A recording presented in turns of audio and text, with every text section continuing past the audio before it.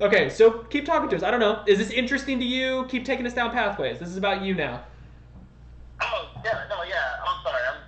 I guess I'm not doing the sharing part enough, and I'm No, trying you're to put the. you're killing it.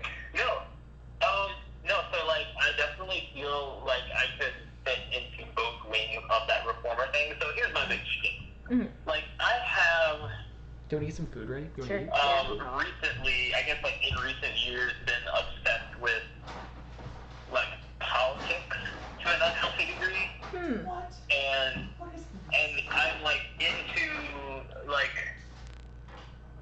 anti-establishment candidates and putting agendas forth because since I've been in the workforce in the private health insurance industry, I've seen like corruption at its like peak in some circumstances. Yeah. Like, I mean, even just today, I basically, to keep a long story short, and without getting into like the complexities of it, unless we got time for that,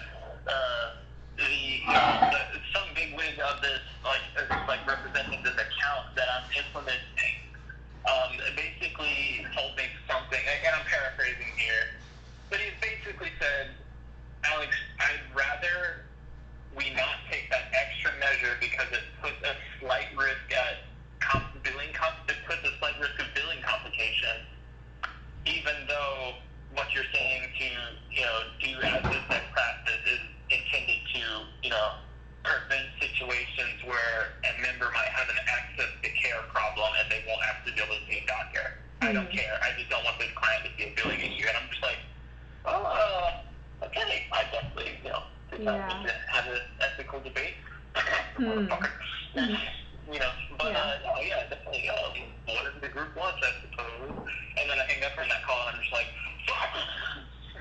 Because it's just like, it sucks. It sucks. Because it's like, I feel like I participated in firsthand corruption, which I think is playing into the whole like reformer trying to avoid that very thing trope or whatever that we're talking about here. And it just feels shitty because I'm basically trying to engage with a system that I want to change, and the only way I'm sure it's possible to do that is from the inside. So I'm just trying to make the best of it as I can through it, and it feels like a futile battle sometimes because of situations like that. But we'll see. I just applied for 2 positions where I'd have a little more clout over that guy to, perhaps have a little more weight behind my words when considering things like that. But we learn. And there's like all kinds of other situations where, so my last job was in like a service position. I took a voluntary demotion from a sales position to work in service. But like, also with the goal of like relocating, like a lot of the pieces lined together. But I could have waited and probably fished for something a little better, but I didn't want to, and I was okay with jumping into service to see like the other side of the transaction. And it's really shitty. So like reforming private health insurance into a single payer system, I'm a huge advocate for, pun intended. And I think it's like super important that we do that. And I do get triggered, I guess, sometimes when I hear like ignorance from either side of the aisle, and I hate that fucking cliche. But I do get triggered when I hear ignorance from either side of the aisle and people just talking past each other. So like, I'm an idealist in the personal regard, and that like obviously I'm not gonna be like, oh, Bernie Sanders at like my fucking private health insurance Blue Cross Blue Shield job, because that'll give you some looks, but so I mean, you can kind of see like the moral perspective I have on that is kind of fueled by like what I've seen immediately in my life, but I also do reconcile that like with other moral things that I don't consider, such as taking things that I can't directly influence without the effort, and that's like a whole conversation that me and AZ had, without extra effort, I guess, to go out of my way. Like, in other words, like, you know, I'm complaining about reforming a healthcare system for a first world country where we're losing, and I say losing, I mean people are dying in numbers around 30 to 40,000 per year because of lack of private health, or because of lack of access to care, largely due to lack of private health insurance or employer-based coverage. And I'm trying to reform that system when other places in the world are like, you know, third world countries with people starving, and we're like, you know, trying to, you know, the United States is largely responsible for like genocide in Yemen, like by the thousands, and we're talking like violent murder. You know, so I try to like reconcile like those things with, you know, keeping in check, and I guess that's more of like an individual tendency. I don't know, because I'm trying to like humble my expectations to say that like, look, you know, these problems are unique, but I can only handle what is directly in front of me today. Yeah.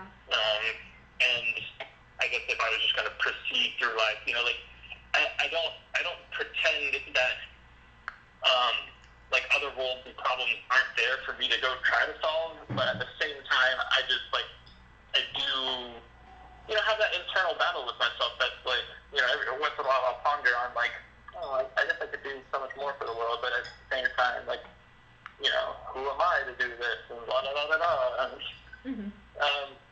So I try to, you know, do that kind of stuff. Yeah. Does that give y'all any more insight for your system here? I think that a lot of the things that you were saying, like, very much resonate with the type 1. I think that especially the part of you that's, like, wanting to, like, make changes in this world and make it a better place, but recognizing that you can only do so much in so many different spheres, and, like, feeling that, the feeling of, like, being torn between, like, this problem is so much greater, but this is where I am and this is where I can have influence. I think that that is like very much a type 1 feeling to feel. Yeah. I don't know. It's interesting. It's very interesting. I think that like I guess like a way that somebody could feel after like being typed and being like, okay, now I'm a 1. What do I do now? It could be to be like, okay, so what now? Which is a great question. I think that like the best like way to move forward is like, because the point of being typed is so that you can move out of your type, is so that you can like get the fuck out. It's so that you won't be trapped by that, so that you can like see the areas in which you're trapping yourself, and you can see the areas in which you need growth, but also recognize what your strengths are and like try to move through the world like with a greater awareness of those things. Yes.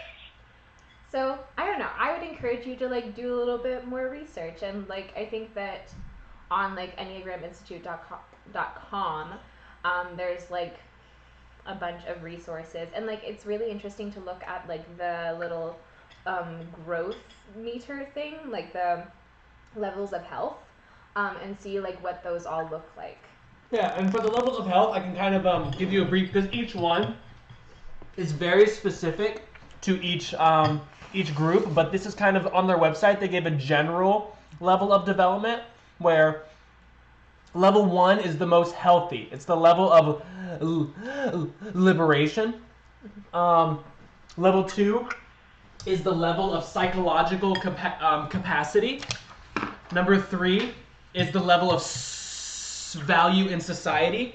And then you get into the average category, which is your level of imbalance in your social role. Level 5 is your level of interpersonal control, like how you facilitate control amongst people. Number 6 is your level of overcompensation, which then, if dealt with poorly, leads to your unhealthy levels, which are levels of violation, levels of obsession and compulsion, and then levels of pathological destructiveness, which are said to be derived. This is like a spectrum from pure ego to pure freedom and presence, where freedom and presence is kind of the healthy level 1 of liberation, all the way down to pathological destructiveness through pure ego. And that's kind of how they terrace out, and so each category has its own very highly detailed thing. Like one level their obsession and compulsion may be alcohol and gambling, which then leads to a pathological like self-destructiveness of like just killing yourself, that kind of thing. What's up? What do you need? My bag. Oh, cool. Yeah. So like that's kind of your like 9. That's the 9 levels from healthy to average to unhealthy in regards to your ego in each of these categories. And that goes with what Allison said, that level 1 is the level of liberation, because it's in a very healthy 1 will be able to liberate the idea of being a 1 and going elsewhere.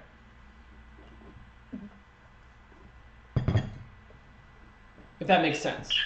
So like the last healthy level of a level 1, so level 3, your healthy the lowest healthy level of a level of like a 1 would be to understand your social value in regards to being a reformer and instigating yourself through those social values of reforming. And then you get to a place of psychological capacity where you have the most understanding you can have of what it means to be a reformer, which then allows you to liberate that and go to other categories more actively. That's kind of the general gist of what Allison was saying in regards to their like levels of development. Fuck yeah. Yeah. Yeah. That's really interesting. I can tell you that Lauren is gonna like love this shit. Yeah, definitely. That's interesting. So I guess my question is or is that part of the process, or is there a process for like kind of diagnosing where you're at to start with in the level, or do you just kind of read about all of them and try to determine where you're at for yourself, that kind of thing? Yeah, I think it's more like the latter, just like looking at them, seeing which traits that you are like exhibiting right now, what your life looks like, what your like internal struggles are, and like going from there. And I don't know if like, I think that looking at the levels is interesting, but it could also, depending on the person, be like kind of either like a scary thing or an overwhelming thing to be like, okay, this is the best me. I could see potentially like a type 1 looking at like the greatest level of like, or the healthiest level, and being like, oh, why am I not there? I need to be there. And like getting a little bit like blah-y about it. Just to be clear, these are like level type, like as a separate system entirely for evaluating where you're at with your identified category that we gave earlier. Yes. Yeah, it's the 9 within the 9. Okay, good. The 9 within the 9. Okay, cool. Separate 9. It's not trying to say everybody needs to be a reformer because reformer's number 1. Yeah, no, I think it's also like the levels, they only matter if they're helpful. Mm-hmm. So like if you look at them, it's just like kind of enlightening to see what you could look like at any different level of health and recognize that like that's all within you. Yeah. And that's also pretty clearly the intent. Mm-hmm. Based on like reading what you're reading too. Guru the Caterer up on Broadway in Teal Square. Guru the Caterer? Mm-hmm. Wow. There's also one in Downtown Crossing. This is wild. It's so good. Oh, damn, I want some.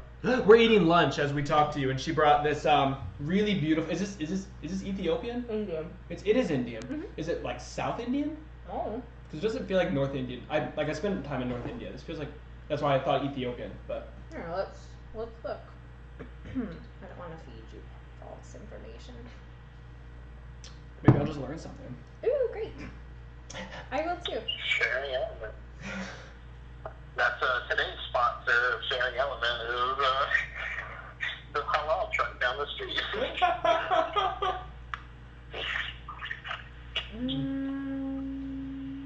It's so well balanced. You did such a good job of choosing things. Thank you. Thank you. It doesn't say. What is this?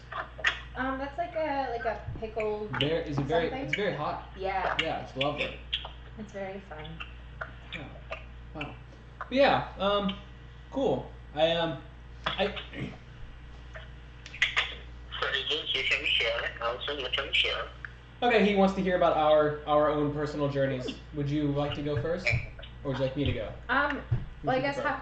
How about you go first? Because I feel like I could either spend a really long time or a really short time. Okay.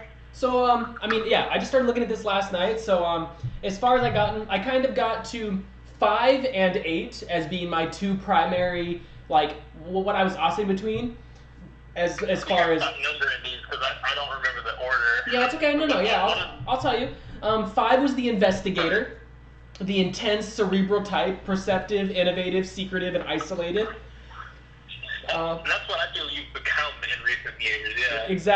Exactly. And number 8 is the challenger, powerful, dominating type, self-confident, decisive, willful, and confrontational. Oh, okay, that's what you were. Yeah.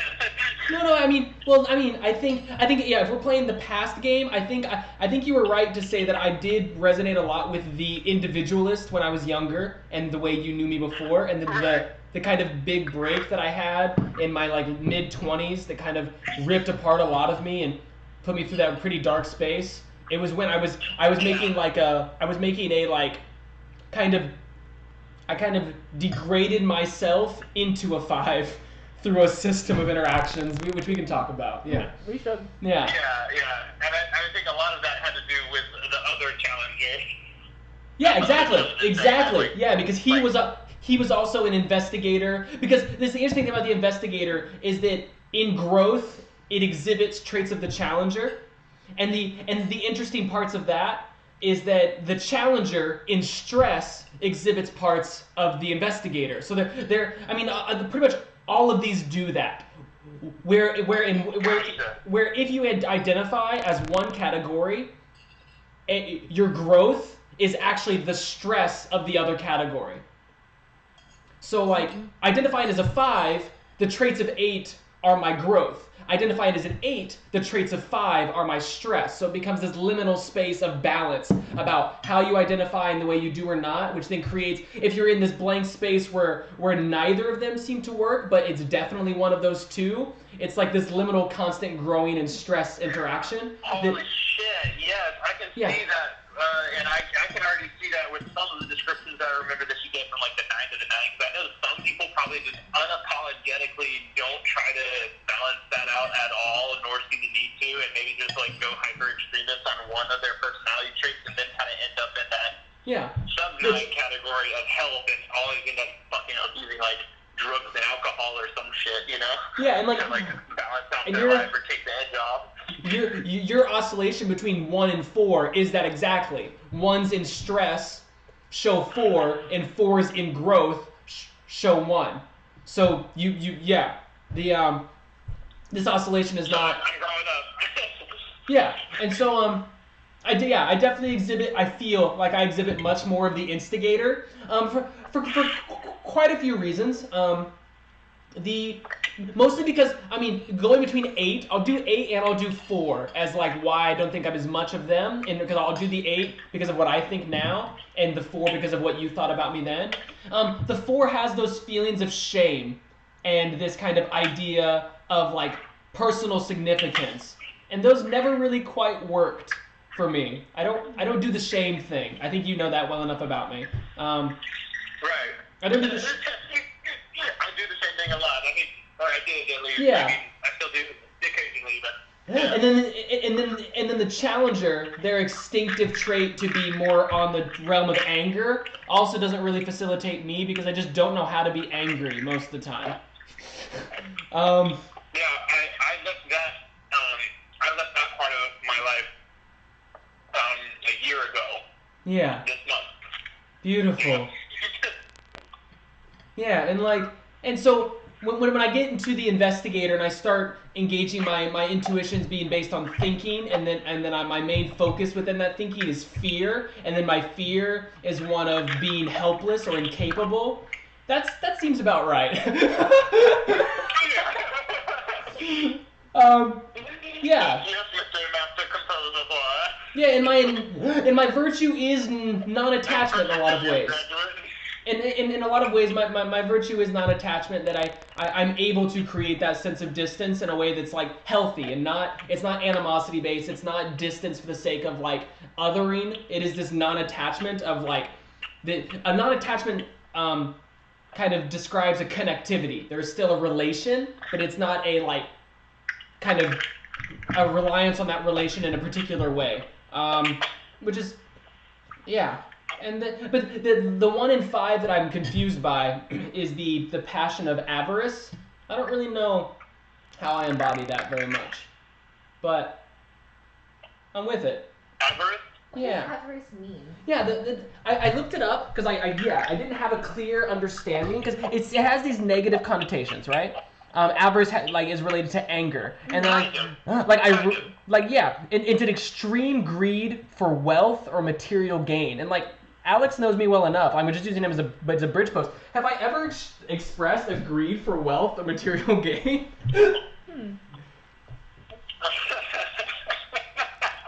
Yeah, I don't know.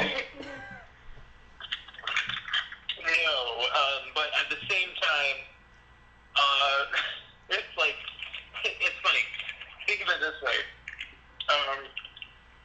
Dark Souls, right? Go in there. Now, by the way, I started playing Dark Souls 3 again. It's a completely different experience now that I'm not a rage monkey. I'm actually like role-playing and shit in the role-playing game. Don't be weird, dude. Don't be weird. Be as weird as you would I'm like to fucking be. Zelda the Prince Pyromancer, bitch. Don't judge me. I'm judging you. I'm not. You're good. Alex is a liar. There's this creature called a mimic, and Alex, I don't know if you're privy to, like, you know, fantasy culture or whatever. I'm not at all privy. Wait, Please enlighten me. Okay, a mimic is like it's like a monster that appears in a lot of high fantasy settings. Okay. That is like, it's like a treasure chest that is actually a monster, and you try to open it and it fucking gobbles you up. Oh. It's like mimics treasure chests. Yeah. Ooh, spooky. Right. So ironically, this game is really well known for its choice of words. You kind of have to play it to know what I mean. Mm-hmm. But if you defeat X amount of mimics, or every time, I should say, rather, every time you defeat a mimic, you get like a percentage chance to like get like a helmet version of his head. So you like wear this like absurd treasure chest helmet with like a bunch of sharp teeth and a disgusting tongue hanging out inside. And it's called the symbol of avarice. Huh. But its function in the game is like when you have it, you get more of like the resources that you need in the game to get good or whatever. But at the detriment of your own health, though. Interesting. So when I hear like if I had to draw the line between AJ and avarice, it would probably go to the kind of like to that dark phase he was in that not this, and this is like an immaterial thing, right? So we're just talking. I've seen this is like, I don't know if you've seen my speech thing on the Patreon page, but this is like what I refer to as his like quest for eternal growing pains. So if I was gonna do a stretch for like how to relate AJ and avarice, that would be my connector. So my material. Eternal growing pain. Yeah. So my material. It gets a lot at his own detriment sometimes. Yeah. So what you're calling my material would be like culture. Culture is my like good that's material goods. I just absorb culture. Yeah. Yeah. I think the connotation of avarice implies like a certain level of greed that is like deliberately not using the word greed. You know, because greed has like a connotation that does imply like straight up like money, more food, more stuff. You know, but like avarice is the emphasis on material is interesting there. I don't think it's material for your case because you don't have a desire for material things. Not to say that you don't have that intense desire sometimes for other things. But at the same time, you could just say, fuck that. I just like, you know. No, yeah. Heard. Definitely. I think, yeah. I mean, oh my god, I lost my potato. No. I just want to say I preface that whole thing with it's a bit of a stretch, but No, yeah. Not It's at a fun all. stretch. Stretch is important for the muscles. I'll have none left. Yeah, so I excited. I don't know. You could talk about my wings and all that, but like I don't know. It seems like it may be more useful or just more interesting to not. You can let you or Allison can ask me questions, I guess, or we could just move on to Allison, whichever you prefer. I guess, in what ways do you like resonate with the investigator the most? Mostly that my biggest fear is being useless. And helpless. Like my least favorite thing is these like my least favorite experience is the silent treatment. When someone doesn't speak, that means communication can't happen, which means we can't do anything, which means I can't do, which means I literally have to be nothing. I'm incapable. And like the silent treatment's always been my least favorite thing, and like it's just the fear stuck out to me the most. I'm not really afraid of most of the other things on this list. Yeah. Because, like, I looked at the fear of 3 for a little while. This is being worthless, which seems related to being useless, helpless, or incapable. But being worthless seems to have a social function, where being useless and helpless doesn't. Yeah. It's more internal. The investigator is more internal, where the achiever is more external. And so when it came to fear, this was like I'm not worried about identity. I'm not worried about pain or need to be fulfilled in a certain way. I'm not really worried about being good or corrupt or evil because I've never really had an understanding of what those things meant. I do resonate with the helper being unwanted and to feel loved, but at the same time, not as much. The being harmed and control, and then that's where the 8 comes in. My next biggest fear is being harmed or controlled by others. I am afraid of being controlled by others, so I do protect myself quite readily. And I do display some sense of control over my own space, which I do my best to be capable for others. I do my best to lean into the possible helplessness as a means of not becoming like the typical challenger, like this kind of dismissive and confrontational thing. So I go between 5 and 8, but it's like I don't want to be confrontational. I don't want to be decisively specific and go towards like lust or vengeance. These are words that are here. And I'm more attempt to lean into possibly being helpless through a sense of like transparent. I'm a very transparent person. Like everything's on the table all the time.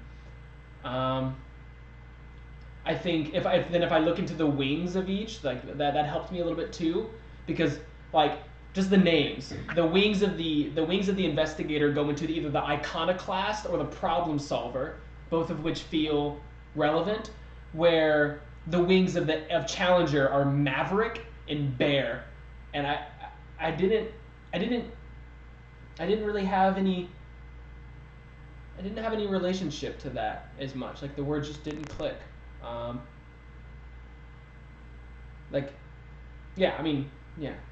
dive into each of those different words, but yeah, I don't know. Next question before I just deep dive it all. I mean, I definitely see you more as the investigator than the challenger, because I feel like the challenger have the tendency to want to like control their environment and control everyone around them, whereas I don't really see that in you very often. I do that in a way, but yeah. I don't know. I feel like you have more questions than you do answers, which is like very much the investigator. Well, the questions are a form of control sometimes. Ooh, wait, tell me more about that. They just are. I don't do it on purpose. I'm going way too deep to think that it's intentional. But it's definitely. That's a challenger quality too. Yeah, exactly. Yeah. As far as the challenger resonance goes, questions are a ways to remain things to be topical. Questions are a way to maintain a through line that's within my scope of choice. questions Interesting. require answers, and those answers are going to be within a domain, and I've decided the domain by asking questions. Oh, interesting. Yeah, I do it all the time. So Yeah. yeah, definitely. Like, And I'll give you an example. Some time ago, AJ was like, "Hey, did you have 15 minutes to be on a call?" I was like, "Yeah." And then I was on a call for like a little over an hour. no, I'm just playing. It was good. Mm-hmm.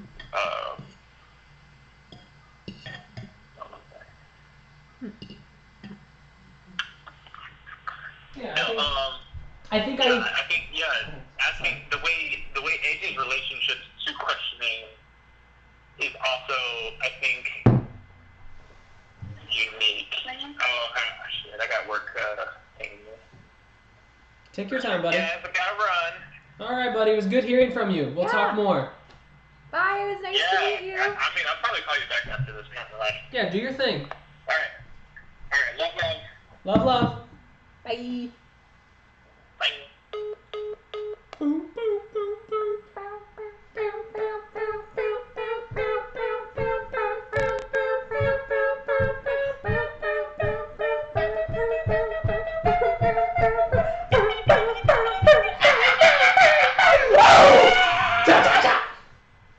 We're a rock band. Oh my god. Oh, one person saw that. Yeah, I hope so. I hope so too.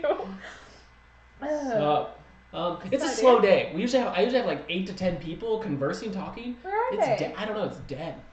It's fine. But Maybe yeah. they weren't interested in the Enneagram. Yeah, they're. I mean, easily not. This can easily look like an advertisement, but whatever.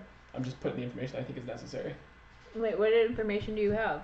That stream is what they see. They see Enneagram, how to identify their desires and fears. They see the EnneagramInstitute.com/type descriptions. Let's talk about it. They might take that as an advertisement of like me working or like going up like, have you this life-changing experience? Do you want to give us money? Oh, you yes. know, it can seem like that. Oh. So like I can see people just getting on there being like, oh, this is some ad for some spiritual bullshit and leaving, you know? So Fair enough. whatever. I mean, it kind of is. Well, the information is necessary to share what it is we're sharing today. So we're here. But yeah, you can ask me questions. Go for it. And then we'll get to you eventually. But where you can go now. I guess well, I'm just like curious. What are your thoughts, like taking it out of Type 5 the Investigator? What are your thoughts on like what you learned? Like, what stood out to you? What was interesting? What were About like? what? That's bullshit. About like the system as a whole. Okay, yeah, no, the system, it's interesting. I think the pathways are probably the most interesting. Because if you're a 3 or a 6 or a 9, this is what you do. Mm-hmm. You live here. Mm-hmm. And it is the social space. It is the relative social space. This one is all about socializing. This one is about it's value, worthwhile, to what? Mm-hmm. It is security and support from what? Inner stability and peace of mind. Why? So you can grow to feel valuable and vulnerable. Why? So you can have security and support. I kind of created these pathways that, I mean, I know the thing's not exactly for this, but I was going in a direction of seeing if you go after a starting point for your stress in this category is feeling worthless. And then if you feel worthless, you start to feel like you have loss and separation. They have this distancing. And then you eventually have you lose support and guidance, which makes you feel even more worthless, and it becomes that cycle happens that way. Yeah. And this cycle doesn't stop happening in the fear, but if you're in the desire category, you start from 9. You start from a desire to have an inner stability and peace of mind. You get this kind of thing going on, right? Yeah. And then you feel valuable and worthwhile because you have this sense, you posit that inner stability is the good thing, so you feel valuable and worthwhile based on this. And then you become a missionary in a way. You go out and then you seek to have security and support through the peace of mind you've developed, and you just keep that going. Yeah. This cycle is very much this is closed. 3, 6, and 9 are in their own little world of fluctuating your fears and desires. This one's much more people are here. I think as just the 6 versus the 3. Yeah. But the last guy I talked to, he identified as a 6 with a very heavy wing 7. Because I told him about the Wing of 5, Wing of 7. He's like, nah, but yeah. He was very much like, I don't really see much of this at all. I don't really care, blah, but this blows my mind, and this is definitely who I am. So he like lives in this cycle, but then he's like bridging into this, which then puts you into this world. Yeah. But this is like a loner space where you go to for self-reflection and this kind of thing. But then once you get here, this really actively lets you go out into the world in a way. Yeah. Like finding security and support allows you to go out into the world. Yeah. So this little system kind of goes out this way, which I found it really interesting in talking about it. So this one's a lot more going on, but it kind of starts with one. You want to be good and have integrity and balance. You're already looking outward in the world. Goodness and integrity. So this one started with being, like we said, about inner stability and peace of mind. I put little infinity symbols because this is where the loop begins. And then, and this is where you go. This is like the end of your like stress route, and this is the end of your growth route. To have security and support or to be worthless. Yeah. And so I played a game with it, but and then so if you kind of starting from wanting to be good and have integrity or be balanced, that will lead you to like then to have your needs fulfilled and be satisfied and content. So once you have your needs fulfilled, you might get to a place where you're wanting to feel capable and competent, and then that capability and competence allows you to protect yourself and be in control of your own life and destiny. Kind of have this like, you kind of like grab things and hold them, but then in a positive light, you're able to take that and you seek feeling loved. So once you spend like 4 categories, kind of like looking at the world, codifying that world for yourself, getting to a point where you feel cozy, and then all of a sudden you're like looking for love, right? And then after, if you are managed to find that successfully, you come to a 4. Where you just you find yourself and your significance. So this one finds itself first, and then it finds people. Yeah. This one sees the world, finds people, and then finds itself through the world and people. Yeah. And so that's the goal of that one. And then this one gets pretty dark going the other way. So if you start here, if you feel like you are corrupt or evil or defective, you end up feeling like you have no identity or any personal significance, and then you end up feeling like you're unwanted and unworthy of being loved due to all of that. And then you become, and then you like, and then you're afraid of being harmed or controlled by others because they're already such an other that you're so like recluse from them that they could do anything to hurt you more or less. And then from there, you get to actually being useless, helpless, and incapable, which then leads you to being deprived and in pain.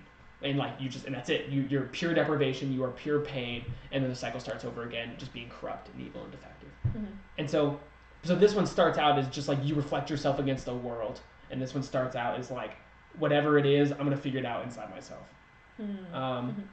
So that's what I got. This one's about like reflection on the world and the pathway that takes, and this one is reflection on the self and the pathway that takes, which they both then lead into each other, of course. But it's kind of just like, where do your eyes look first? Kind of, because it seems like these two are the only categories that really are starting points. And like, I might be here, but then some Genesis story puts me in one of these. Either I'm looking to be good, or I'm looking to have an inner stability or peace of mind, like to take care of myself. Because like, to be capable and competent is already so loaded, and to feel loved is already so loaded with and they all feel like they're in relation to, where this idea of goodness and this idea of like, I only have myself seem a lot more viscerally like available as like departure points. Yeah. Yeah. Interesting. So I kind of just made a little map. So the going from the growth and stress levels and how they become cycles within themselves, and then because this one can easily become a cycle where you just get so. I feel like a lot of people who do meditation and Zen get caught up here, and then people that kind of go into like being more like gurus discover that this has to happen, that the world has to be important, but there's a struggle to your inner peace going here. There's so many more stress factors. There's so many more places of departure for you to lose yourself in a cycle of stress that they stay here. They find themselves back in like, nah. and they stay here in this kind of very comforted, soft place their whole life. This is a very soft category. Yeah. So soft. And because like Andy Warhol and Oprah, they're important characters in that like, but there's a softness to them. Because Andy Warhol's art was only about, he had to go out here to do it. You know, he had to find out what the world was and what these kind of like what the soup cans were by. And Oprah had to know people needed cars. You know, Freud seems to be the saddest of all of these. But he also seems to represent it the most because it's in the goal category. And like, because there's a desperation of meaning something, like the being worthless category. Yeah. There's a huge desperation for them to like matter. Yeah. And like not even matter in relation to other people, not necessarily, just like do something that matters. And like, because Oprah doesn't meet all the people that she affects every day, and she doesn't necessarily have an immediate, tangible effect on their lives as far as her understanding of it. She just knows that she was valuable. You know? Yeah. And like, it's not about necessarily, she doesn't necessarily feel loved from it. She doesn't necessarily feel capable. She doesn't necessarily protect herself or have her needs fulfilled or like to find herself and her significance, or she doesn't necessarily want to be good or like have integrity. She just knows that she's valuable. And so that's funny. That's funny that they would choose those names. Yeah. They're fine. They're like, they definitely put a lot of thought into how they chose certain famous people. Yeah, but the difficult, like, I don't think I've ever been here. I've never been in the 3-6-9 category in my life. I've 2, 4, 5, and 8. This is where it's been. There was a little, when I was a 1, there was a flirt with 4, and never quite converted. I always kind of sat here, poked at that, didn't really like it. It's been here. This little category my whole life. Yeah.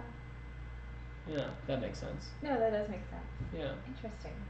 Yeah, because I've never. Yeah, never this. But maybe in stressful situations, like at parties and stuff, I definitely become this guy. Yeah. Like when I'm in a full environment, I definitely get into this whole like kind of just like a you know like Mozart. Yeah, exactly. I mean, Miley Cyrus, whatever. Miley Cyrus. Like in moments of stress, I definitely go in that direction. In moments of stress, I used to be much more this. Like when I was in this category, I kind of had this like desire, and I never felt. I kind of felt this idea of being good. So like my 4 in growth has resonance here, but I never was a 1 in stress. I never was the opposite way. Yeah. If that makes sense. But yeah. Oh, it's really fun, like the different connections that you're making between these. Yeah. When I was in 7th grade, I read a shit ton of Edgar Allan Poe. Nice. At me. And I love vagina flowers, so. Who doesn't? At me. At me. How did you choose the different people for each? It's on their website. No, but like there's like a big list. Oh, yeah. You decide which ones. One man, one woman. And then I just kind of went through and I read until I felt a meaningful resonance that I could pull from it. I decided to go definitely one man, one woman. Just why not? And then I just kind of like sat there for a little while. Like I really loved the Marge Simpson one as the peacemaker. And when I saw that, I was like, yeah, her fear is to loss and separation, because any other reasonably minded person with a different personality would have just left all of that shit. Fuck Homer, fuck Bart, fuck that, you know? They would have been gone. But she's like, no, I cannot lose what I have. So she's just like, it's okay.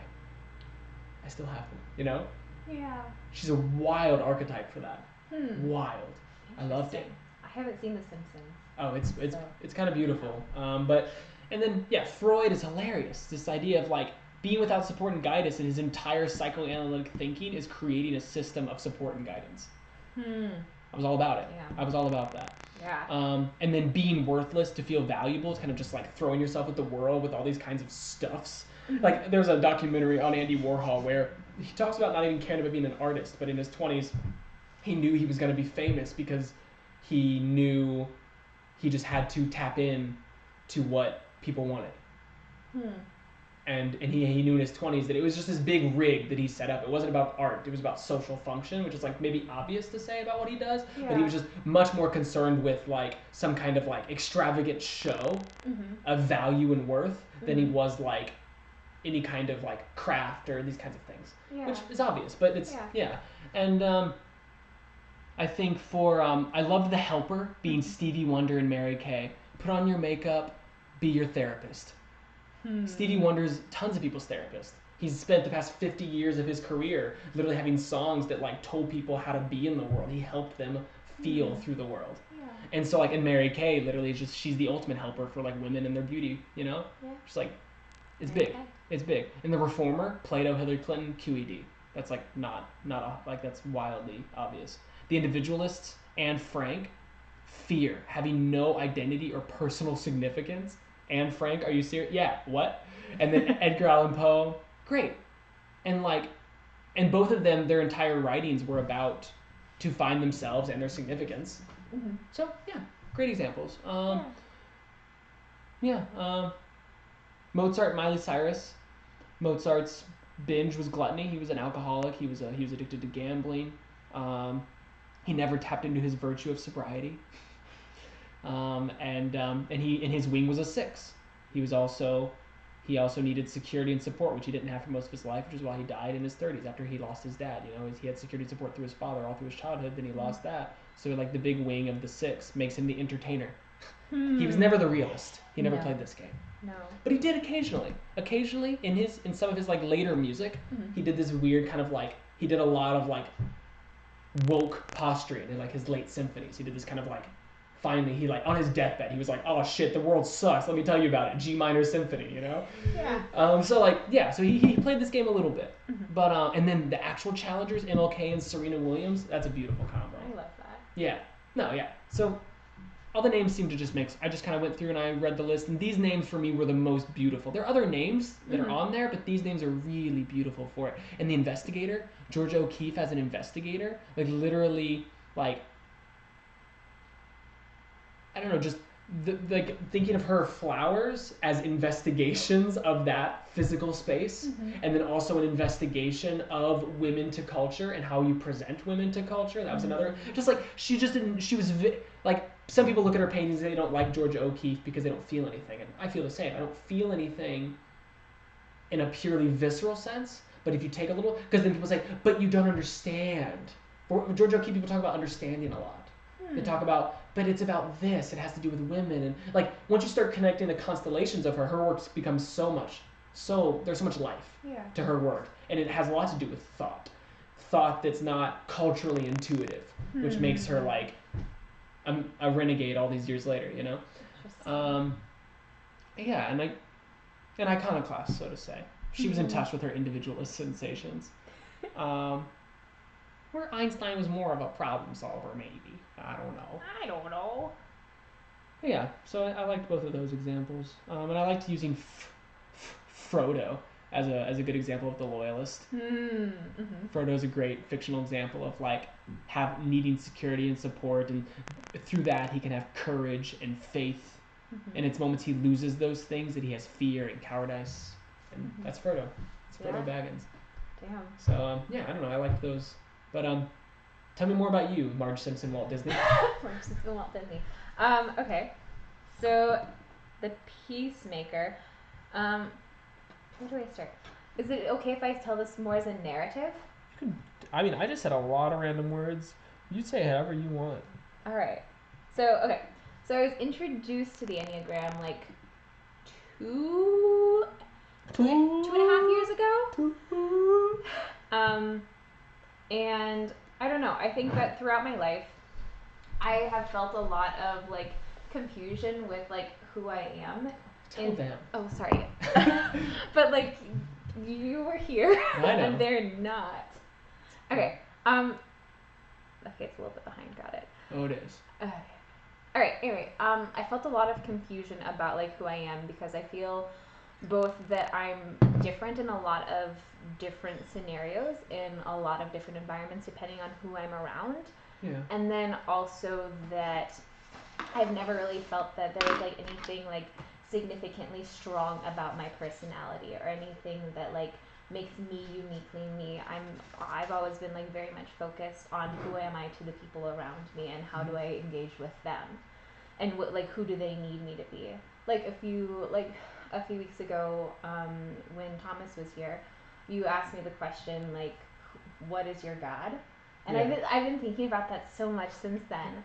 And I think I think that my God is like Enneagram. yeah, the Enneagram is God. Yeah. I think that my God is like other people's expectations. In a lot of ways, not necessarily pleasing other people, but like being what they expect me to be because I don't necessarily have any expectations for myself outside or like from deep within. Because like a big theme within Nines is like a sense of like self-forgetting and like a kind of like if you want to be at peace with your surroundings, then you kind of like blend into your surroundings. Or like sometimes what happens is like I'll be in a situation and I'll be like in a place where I'm comfortable, but like everyone around me is uncomfortable, or just because like I know the space, or like like when I was working in hospitality, like when I worked at like a coffee shop, like people would come into my space. It was like my job to make them feel welcome. And so I would like kind of put on this persona that would do the job that needed to be done in that situation to make everyone feel at peace. Because if I can make them feel good, then I can feel good, you know. Yeah. So like a lot of my path of growth has been like trying to figure out what I want in life and not what other people want for me or what other people expect for me. Which is so hard. You said it, sister. It's so fucking hard. Because, like, I think that, like, the reason that I went to this... Is there another person? Hello? They may not talk, but okay. Sorry. You can talk. Please talk. They're okay to lurk, too. I mean, like, I'm a lurker. Every time I look on this, I haven't said a single thing. Yeah. You'll never know that I'm there. That's beautiful. Yeah, well, it's because like the conversations also move so fast. So if I like have a response to something that happens, by the time I type it out and like think of exactly how I want to say it, it's like irrelevant. Everything is relevant, elephant. Or is it irrelevant? Irrelevant. Ooh. Go ahead. I don't remember what I was saying. Oh yeah, path of growth. So, like.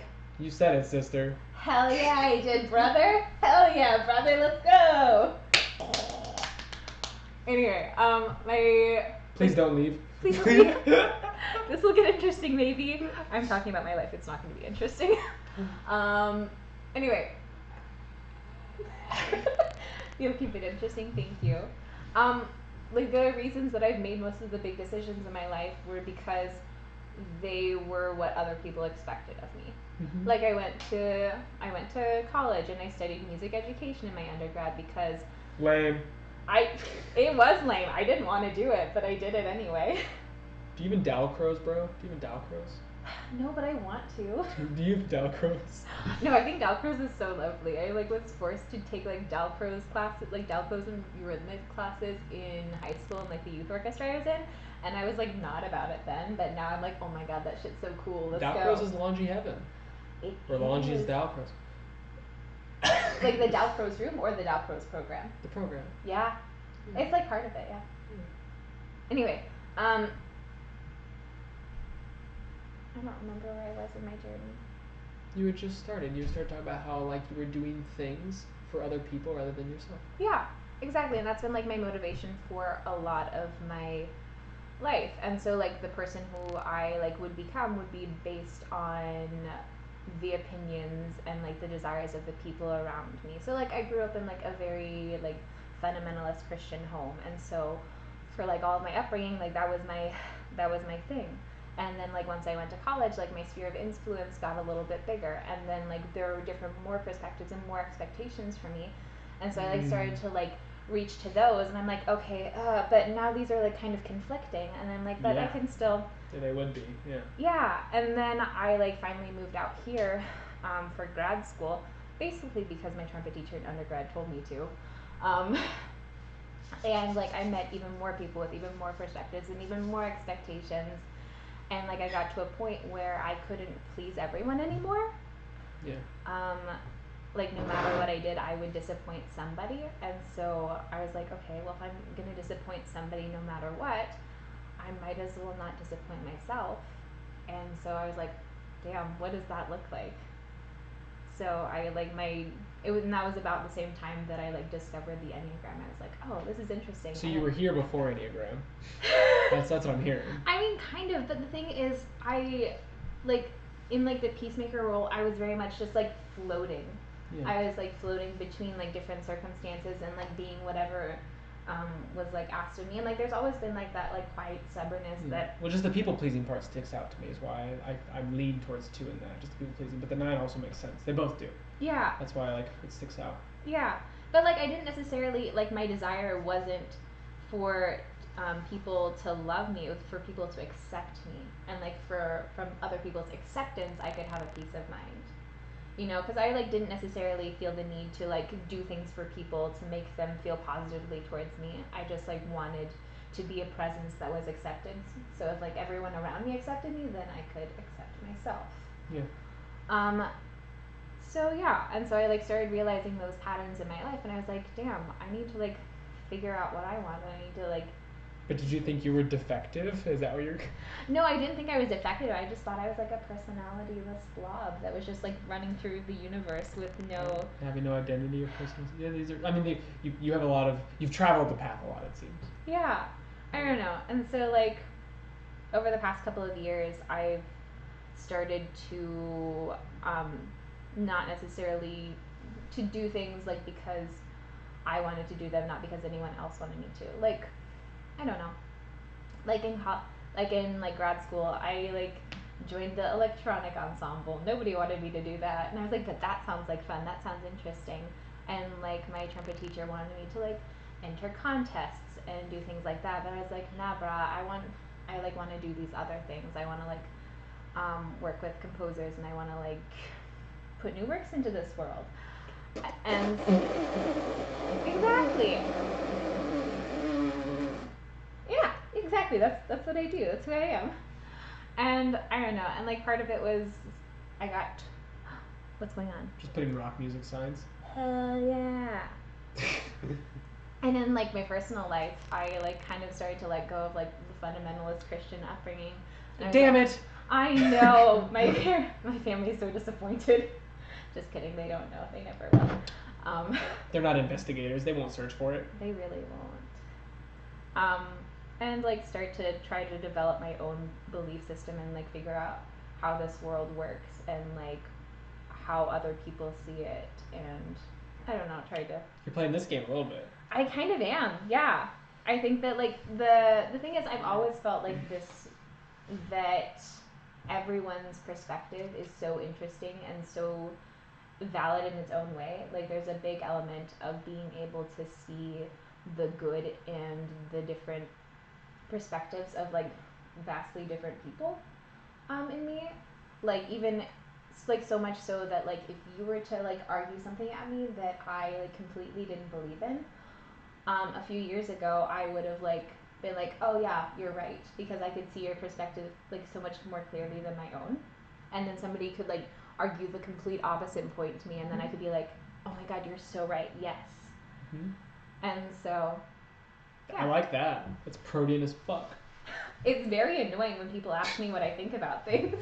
Yeah. No, I mean, I think I said that. I think I said that to you.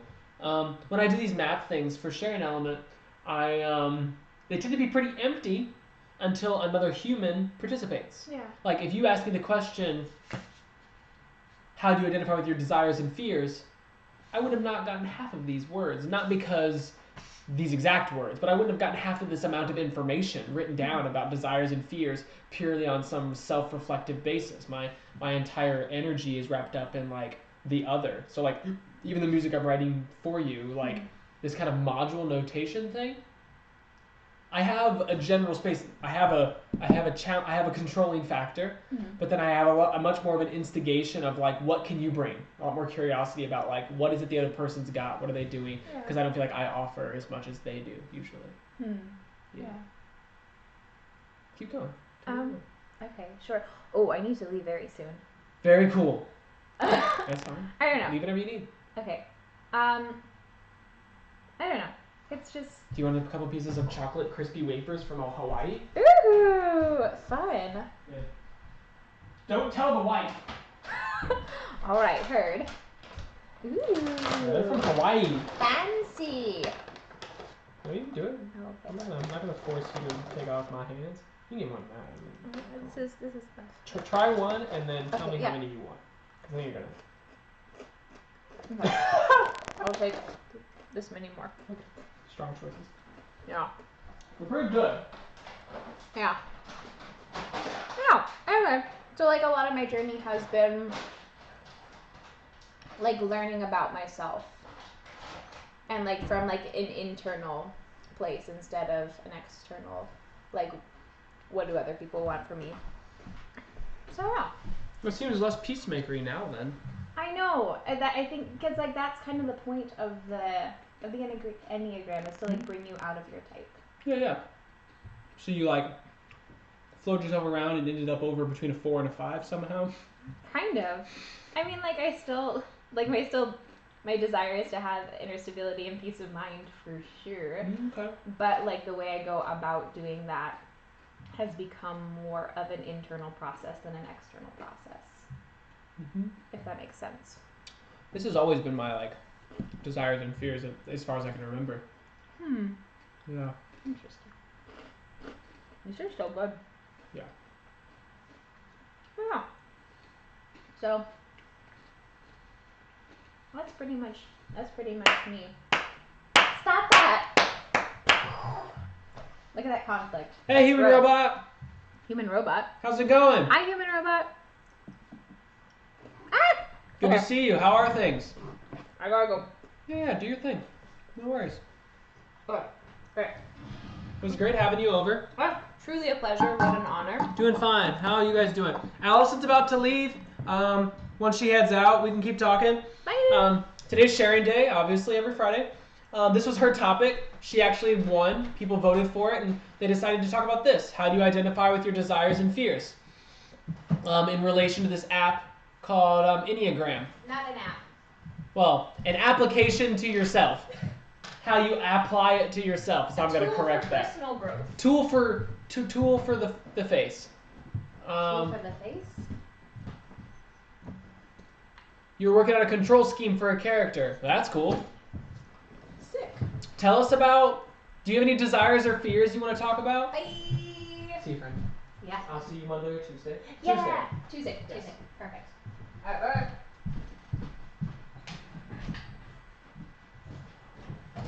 Thank you for lunch. Make me Venmo request me, yo. Alright.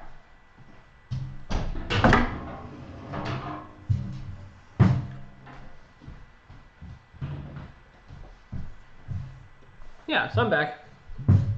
Cool. Tell me about. I have a few probably. Tell me about it. She had me kind of going through this thing called Enneagram.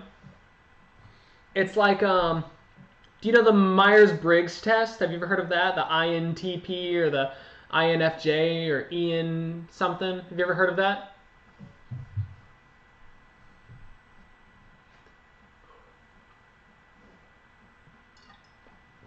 Of course, yeah. Like pyramid schemes, scams, money grabbings, of course. I'm not. Yeah, for sure. I think you and I would probably be in agreement with a lot of those things. But I think the quote that I'm gonna lead myself into that space, because I mean I agree with you in a lot of things you're saying right there. There was this philosopher from like the medieval period called named Damascus, and Damascus once said, "It," in regards to philosophy, is best thought of as a mnemonic device. its purpose is to deliver human beings from their own ignorant determinations about the nature of reality without thereby imprisoning them in a metaphysical system that displaces reality. So like, it's kind of just like, it becomes a tool. It isn't the world, it isn't the thing itself, but it's a possible way of filtering through possible worlds, right? And so I kind of came at this, because I have a lot of the skepticisms you have, for sure, but since it got voted on for the sharing day, I decided to be, how could I enter the space? And like that Damascus quote entered my head, because I remember reading him a long time ago.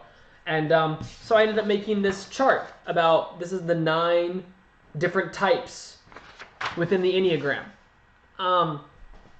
Yeah, it's strange. So, yeah, rather than like give you a spiel or a pitch on what it is, I could if you want. I don't know how interested you are. I don't know how interesting that sounds, but like, we could just go straight into you talking about your, because it's a system that tries to define people based on their desires and their fears.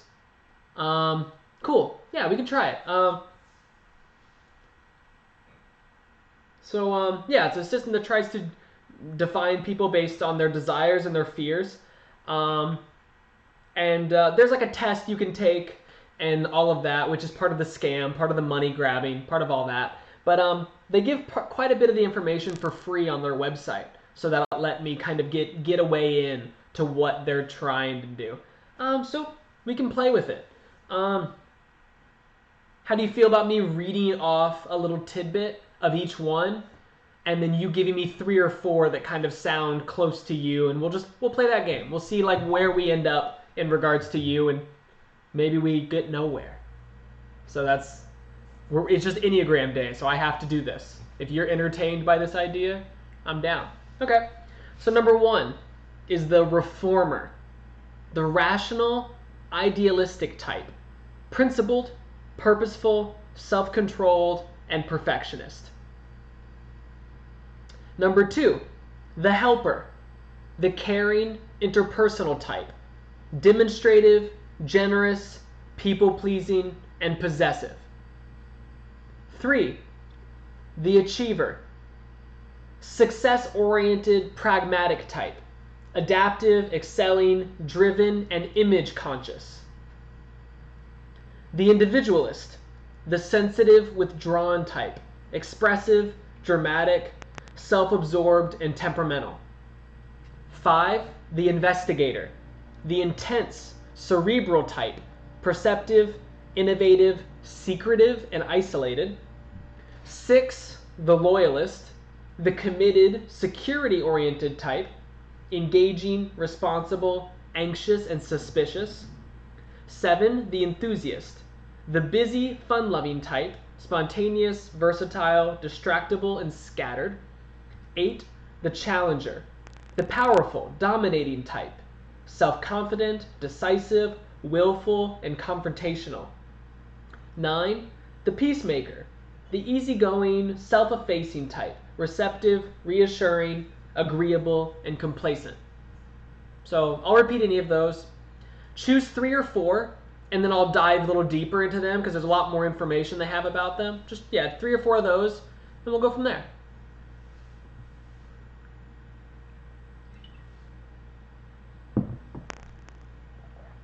And you can also go on the website, theenneagraminstitute.com.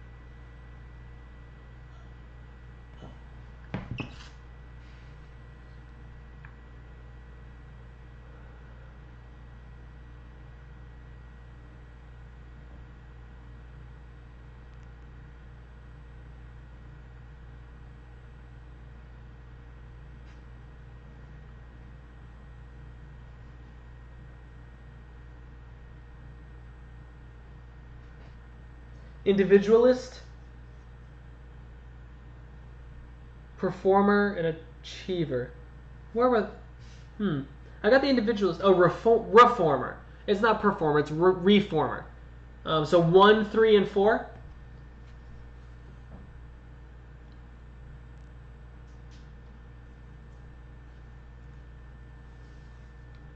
Cool. Okay. So I'll start with number 1. I'll start with the reformer. They rely on their instincts, and their instincts sometimes lead them to anger. Like if they're acting instinctively, their like primary negative emotion is anger. Their fear is being corrupt, evil, defective, and their desires to be good, have integrity, and be balanced in the world. That's kind of like a general overview of the fears and emotional states of number 1. Number 3, the achiever. They're primarily a feeler, and their main negative feeling is shame, and they have a fear of being worthless and the desire to feel valuable and worthwhile. And then the individualist, number 4. Their feeling is also one of shame, and their fear is having no identity or personal significance, and their desire is to find themselves and their significance. There's a little bit more info on each one, but that's the next layer. So do any of those stick out as being like, the person who said this kind of said, if one of them sounds like you don't want to be that, it probably is you. So take that for what you want.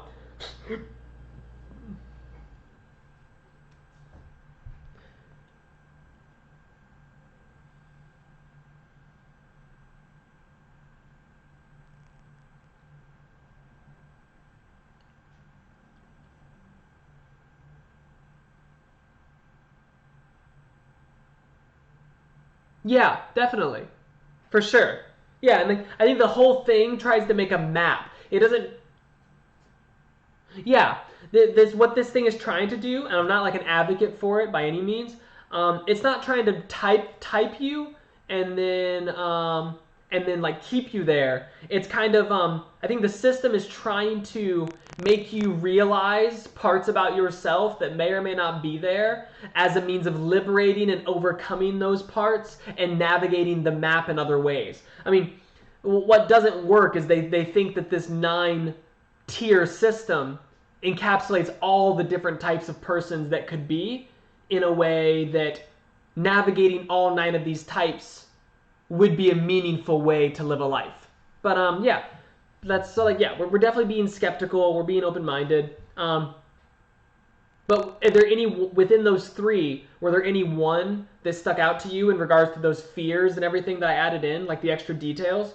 Do any of those fears stick out to you? Like a fear of being corrupt or evil or defective, a fear of worthlessness, or a fear of having no identity or personal significance? Do any of those stick out?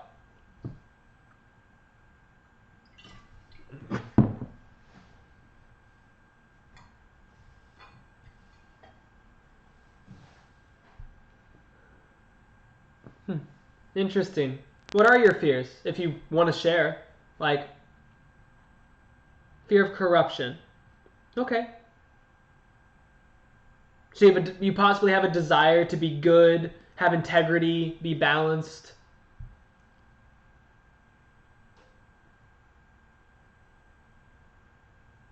And like, I'm just playing the cards. Yeah, of course not all the time. Yeah.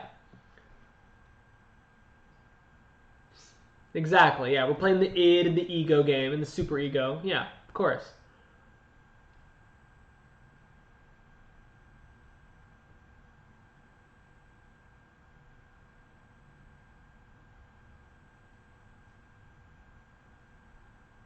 I mean, because like what sticks out to me is it's funny is that like you're making this game. Oh yeah, you're good. You're making this game that, well, you had been making the game, and the game you had me play, that was about people raging and like getting really mad and like facing failure as a means of understanding that failure has these positive learning capabilities, right? And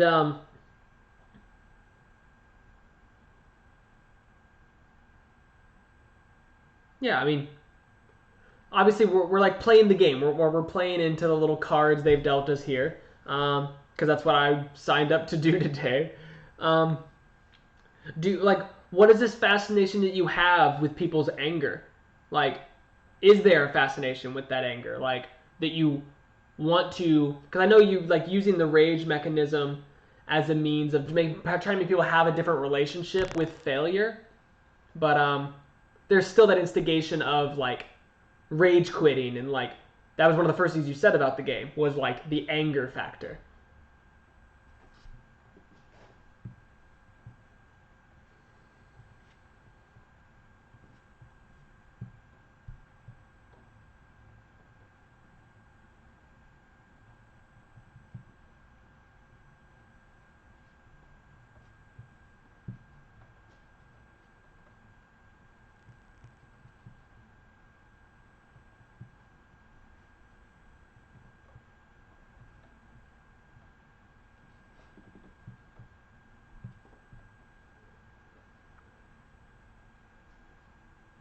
As much as a bicycle would make someone rage. That's funny.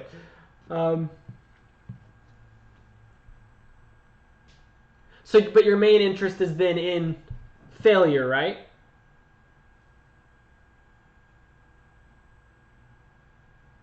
Of course. Yeah, but I'm talking about the situation in which they are interacting with it. When they're interacting, you have a mode that you're trying to instigate through that interaction, right?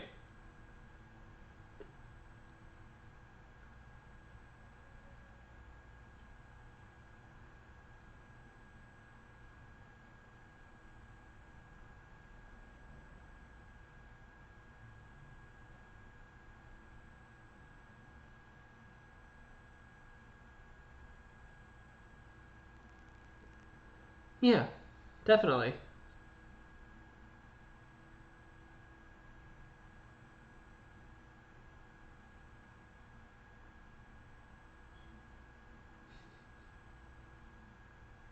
That's great. Like, what is the nature of this task, though? People learn to ride bikes for a lot of different reasons. And I'm not saying what you're positing has to have value, but do you think it does? And like I remember, like just you pointing out this idea of fear of failure being a potential value to pull from it. So I don't know. Yeah, you might have something different to say now.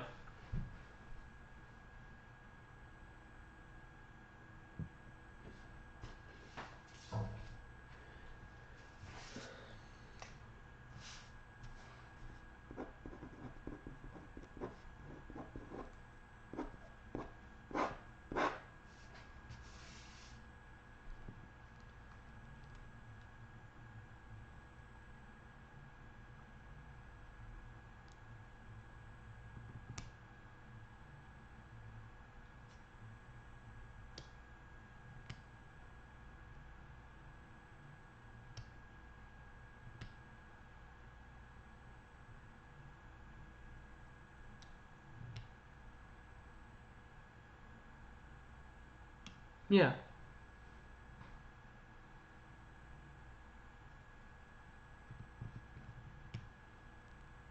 it's this acceptance of failure that I'm interested in. Yeah,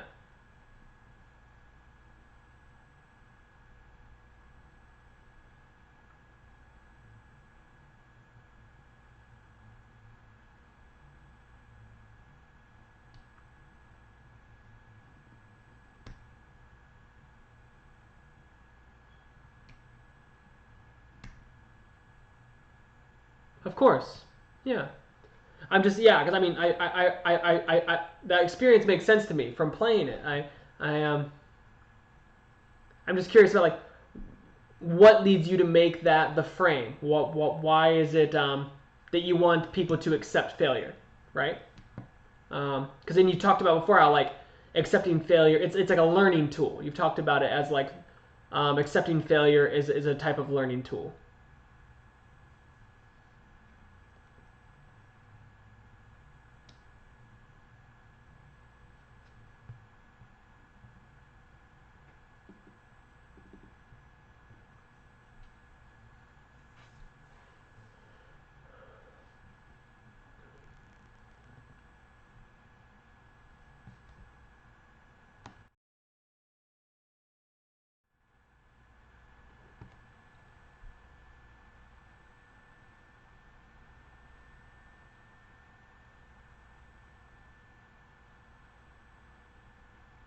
Okay.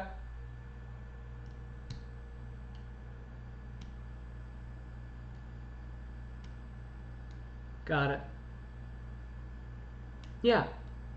And I guess, yeah, I'm kind of cross-referencing now why it was a curiosity in the first place. Yeah. Like, what could make it stick out in your head that this, like, idea of accepting failure is important, you know? We don't have to hash it out here if you don't want to, but it definitely is interesting to me.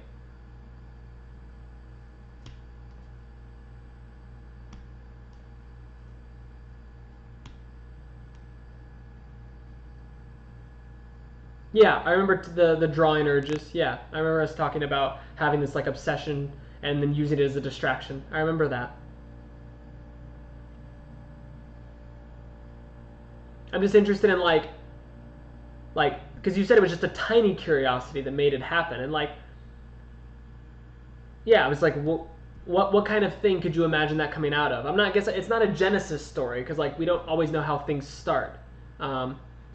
We definitely don't always know how things start. But if you could explore that, do you feel like you have the distance from the beginning of this to explore why that curiosity would be the one that stuck out, or like just cross-referencing the ways it's inspired you, because it clearly has inspired you a lot. You've went on to like do quite a bit in this domain because of it. So it definitely isn't a small thing to you. It seems meaningful.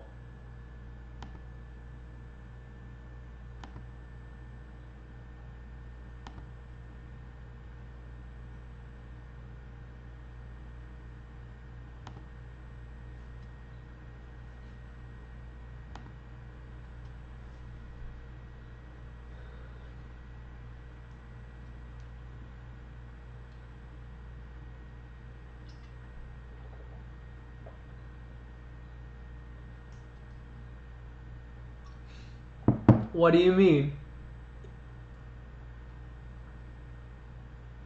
I mean, yes, I understand. I'm asking you what you see, I guess. Okay.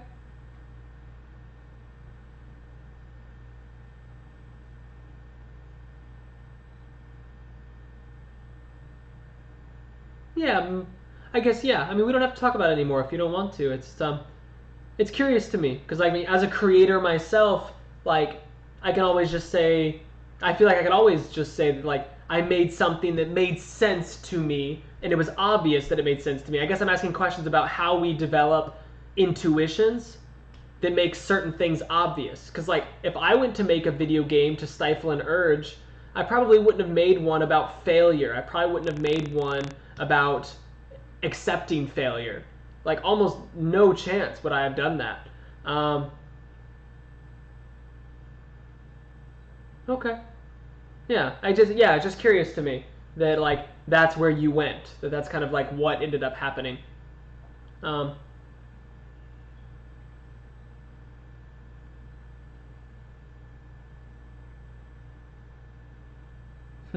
yeah, interesting.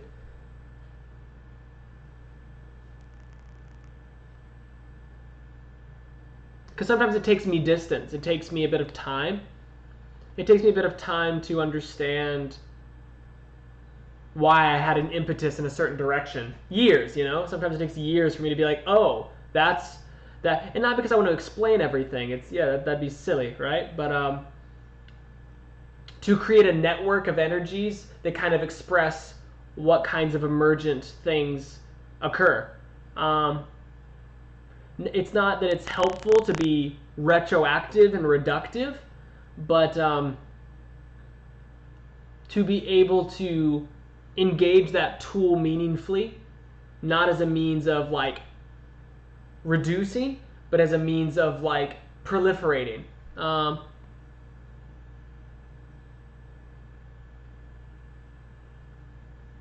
No, definitely not. I mean, like, people have been showing up here all day and talking mostly about this thing. People have just been talking about this as they came by, and that's where my headspace is. But no, talk about whatever you want. there's no one else really here engaging at the moment. You kind of caught a certain lull of people where it's just me and you. Allison just left, whatever. So you're good.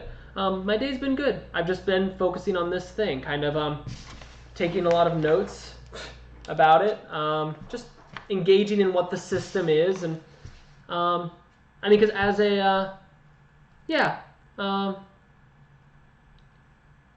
I like thinking about systems in general. Like this sharing space is important to me. Yeah, I like thinking about different systems that people put together, rationalizations that people make, because as a I don't know, as a creator, that's what I'm doing. I'm creating rational systems. I'm writing music that has a certain kind of logic to it. When you start listening to a piece of music, right? Like you start assessing what it is, you start assessing what kind of mood it has or what kind of instruments are there. You start getting all these ideas about the way the music's going to go based on your understanding of history. Yeah, and that's interesting to me.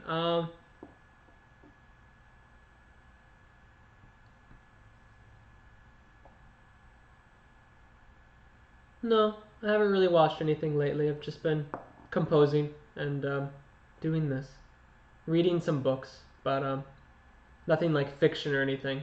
So.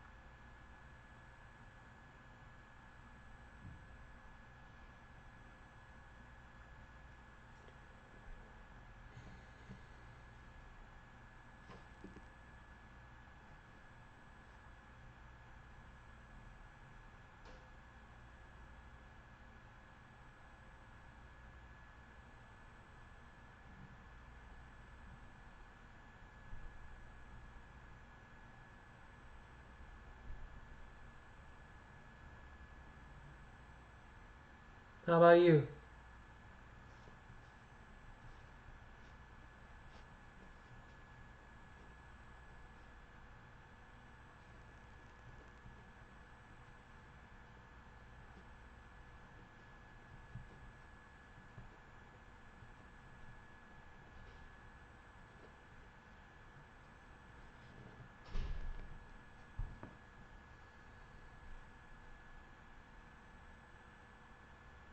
Yeah. What kind of ideas you got?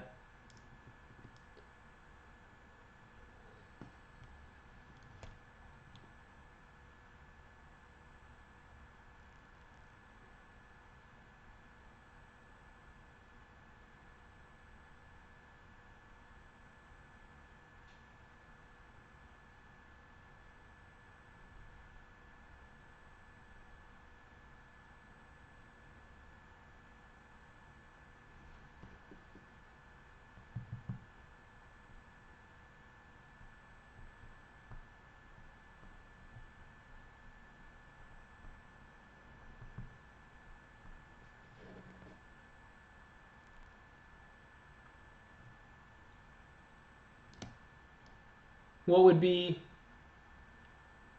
based on your perspective characters which manually rotate each life? Yeah. Yeah.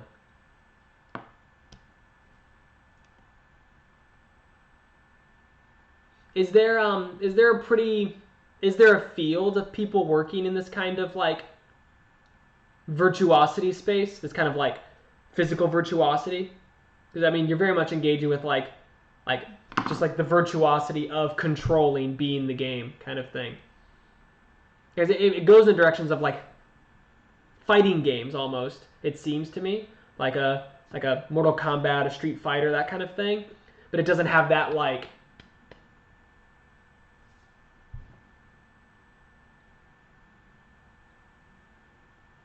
Just like, I mean, it's about playing. It's about the physical nature of your hands. Yeah, no, just like, yeah. it's about like how difficult it is for you to do something. Like learning to play an instrument takes a lot of physical virtuosity because it takes certain movements, certain mechanisms to really do the thing, and it's a highly refined skill. And it seems like you're doing something like that, where you're trying to make a video game that's about cultivating a highly refined skill. If that makes sense.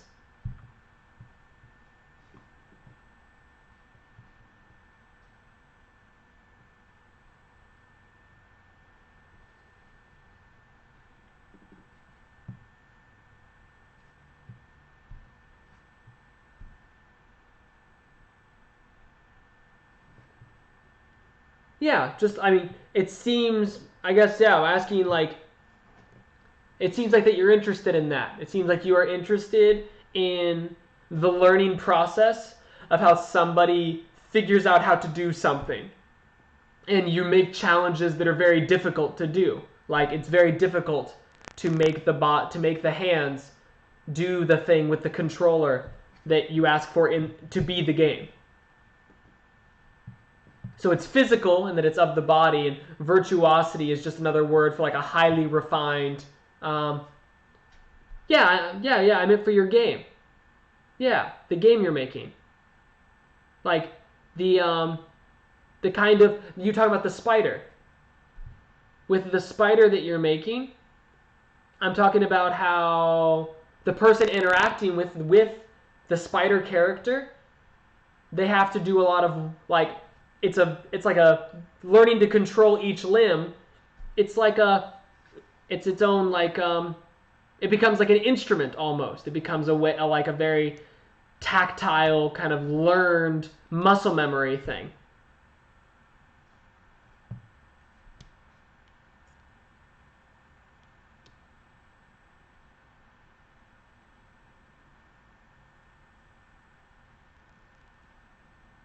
I'm not in the game industry. You just started talking about the spider and this thing and like having different controls for each limb, right? So the person's job is to understand how to control each limb. And then when they control each limb, they have to then learn how to maneuver all of them. Well, the players have to do something physical with what you program, is what I mean. Like, when you program this spider with all these limbs that people have to control with a different button, right?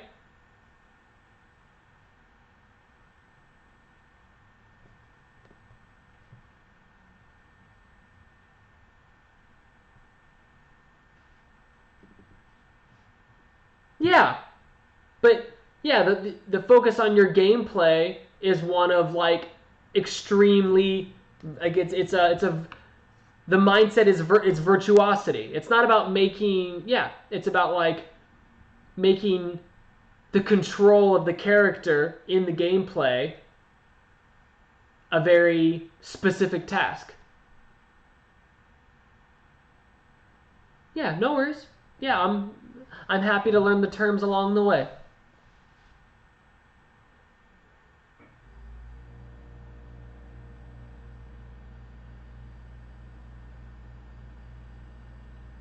Yeah.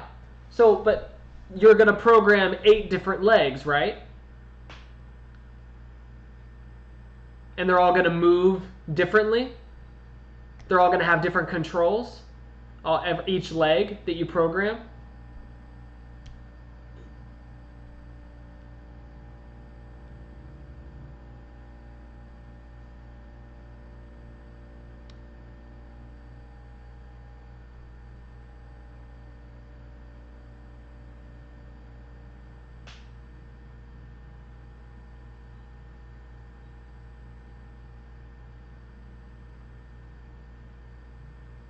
Yeah.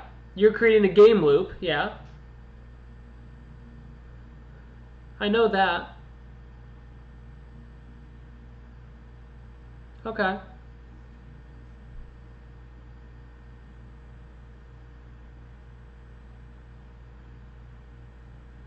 Mm-hmm. In your game flow is the opposite.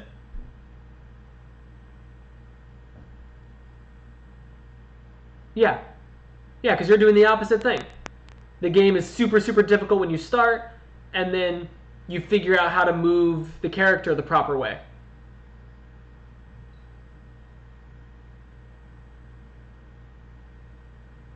Yeah, I understand. I think.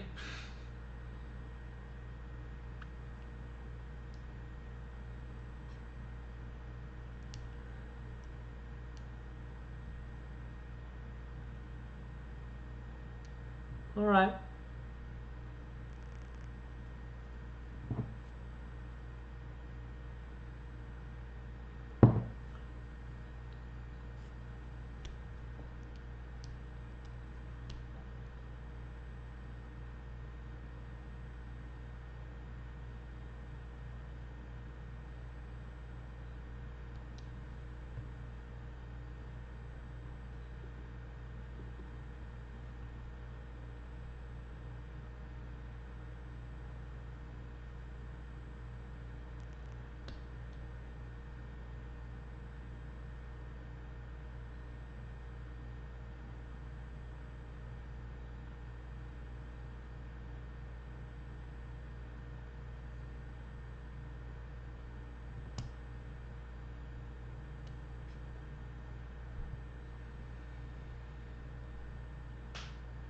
Hmm.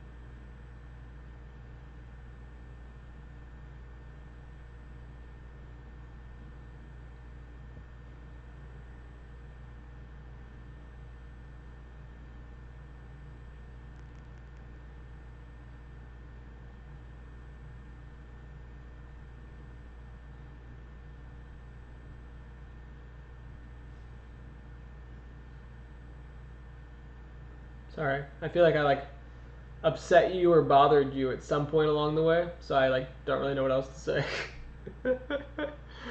I'm chill though.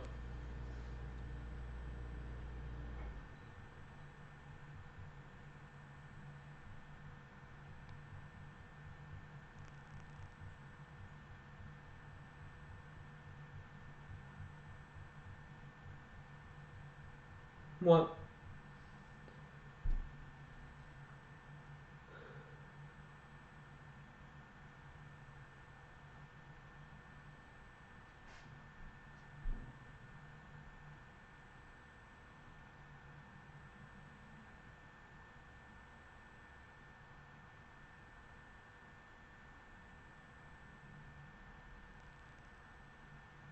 What do you mean?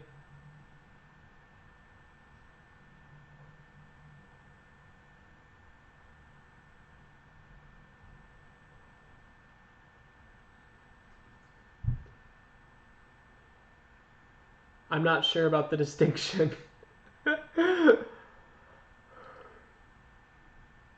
What makes up an actual conversation, I guess.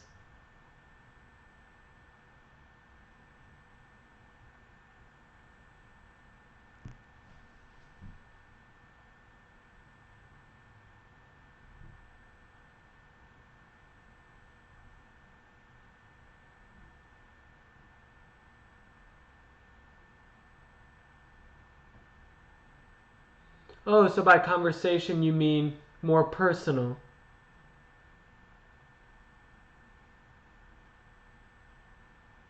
More to do with me. Sure. I'll answer anything. I'm not I don't feel very secretive a lot of the times, but I'm sorry if you're getting that from me. I'm also not very. I don't have like a. No, yeah, no, it's not. It's a conversation, but like conversations are about curiosity. They're about exchange. Well, yeah, but you're using words like regular and actual, and that defines that you have some predispositions of what you expect, right? And like that's okay. I'm just now learning your expectations. I didn't have those with. I thought our previous talks have been great. I learned a lot about your game design. I learned a lot about the way you answer questions. I learned a lot about you just from the way that you would talk and the things you talked about, the things you cared about.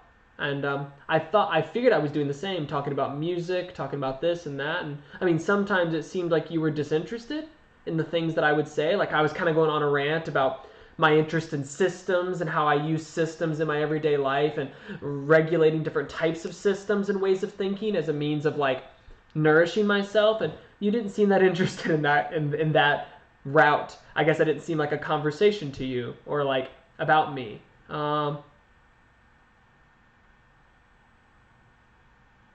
Okay. Well, like, but then we're getting into the conversation about real. Like, what is real? I'm sorry you don't think I'm a human being. That's hard, you know? Like that hurts a little, you know? Like, but you clearly have very strong perspectives about what it means for things to be actual, what things are real. I know I don't have to be, but I am. And that's okay. I'm still here. We can just chat. But like when I talk about these obscurantists, postmodern jargons, that's a part of my understanding of the world. And it's okay if you don't value them. You can basically say you don't like. It's kind of the equivalent of like talking to a medieval religious zealot and you just saying that all of their saying is complete nonsense because you don't believe in the God they believe in. I don't know. Maybe you just can't chat with them, but I could. And that doesn't make me better. It doesn't make you worse. Just means who we're willing to have a conversation with and what a conversation means.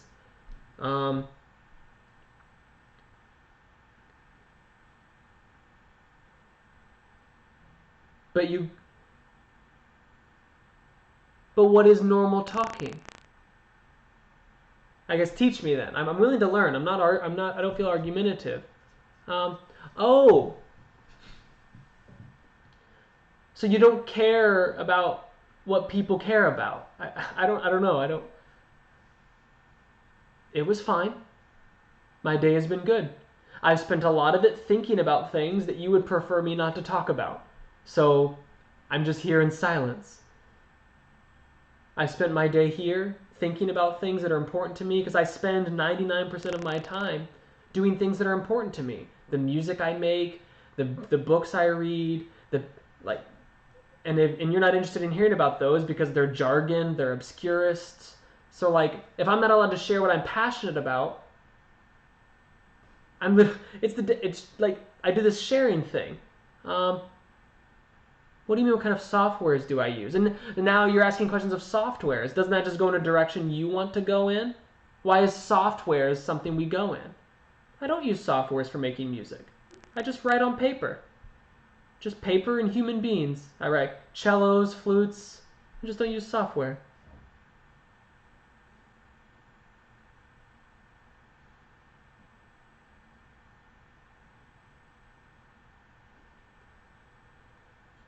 Yeah, I agree.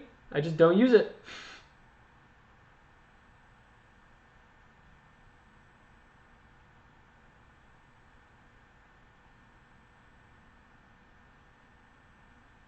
My practice doesn't necessitate that I use it.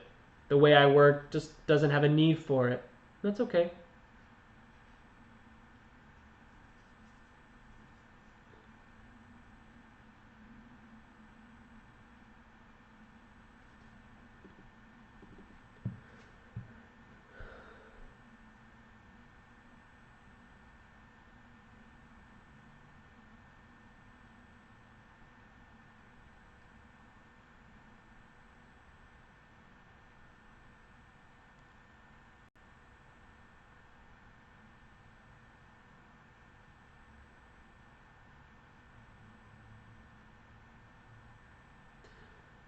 I use my voice. I do. I'm interested in. The resonance of a body. So I might do things like this. I'll just make one of my vocalizations. I might take something like.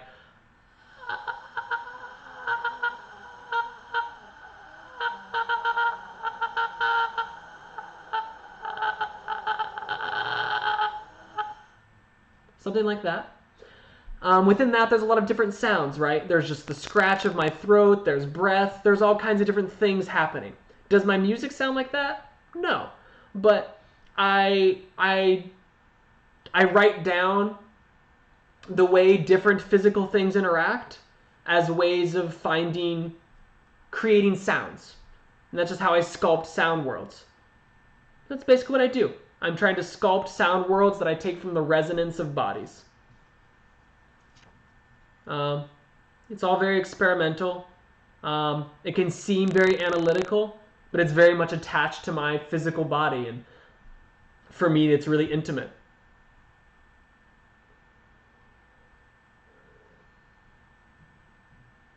If that makes sense. Maybe not. And then I try and translate that onto instruments. Like I try and make different instruments, cellos, whatever, deal with that kind of resonance. And how do they do that? Hello. My partner came home from work early today. Allison brought me some Ethiopian food, so we had some. Yeah, it was really good. So nice. Yeah, it was delicious. A little spicy, but really good. How's it going? I'm just chilling with Human Robot. We're talking about having conversations, and he's asking me about my music right now. Nice. Yeah. I'll get you on this train later. Whoa. Yeah.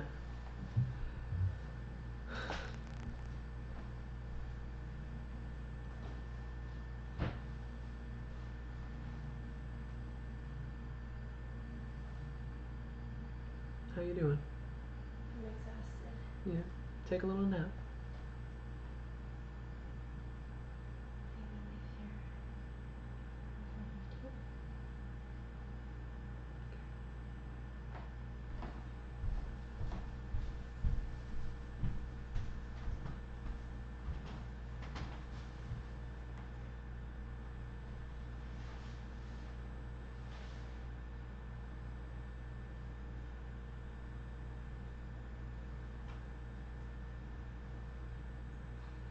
It was one way.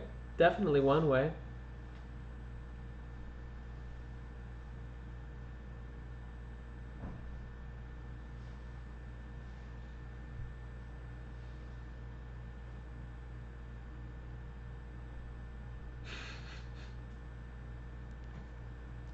I think I understand the issue. Yeah, I create a very specific space here. A space of inquiry, a space of questions, a space of sharing, and then we get into asking questions of what is sharing, right? And so I think to hear you're expressing frustrations that I'm not just chatting is interesting, at the least, I guess. Ethiopian food's spicy. It's good. A lot of bread, a lot of carbs. You don't need to eat much to feel very full.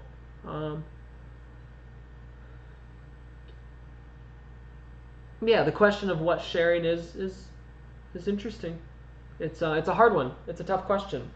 Because does it mean just throwing something at someone is sharing? Here, let me share this ball with you, and you just throw it at someone's face. You were just sharing with them the experience of getting hit in the face with a ball. That's sharing. It's questionable whether they wanted that or not. Then you get into questions of curation and acceptance and like give and take and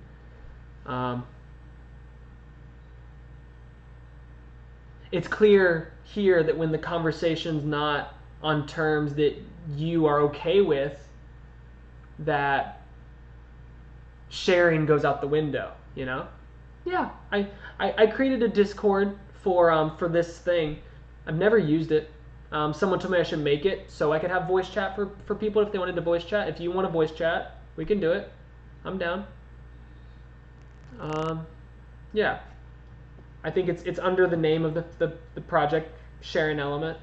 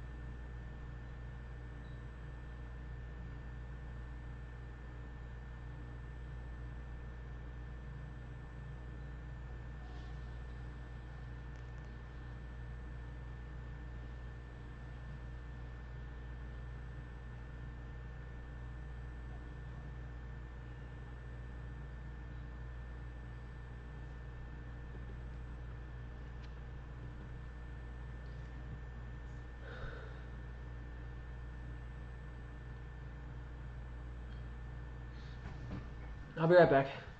Just a second.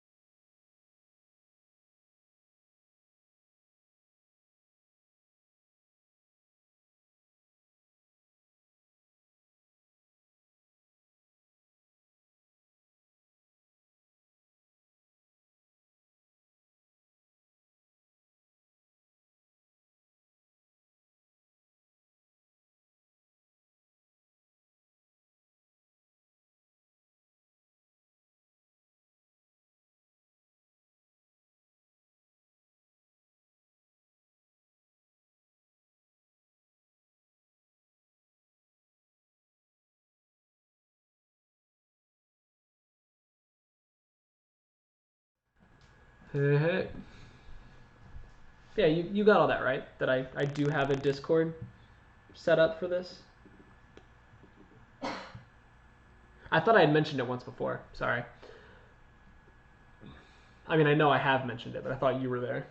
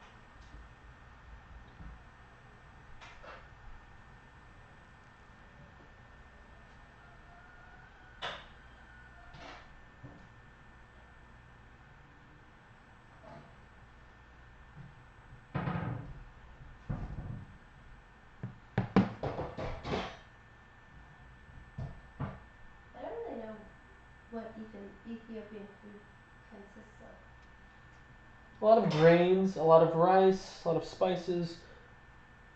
I'm not muted, by the way, but That's okay. yeah. There are some really nice potatoes over here. They're not spicy at all. They were really good. Um,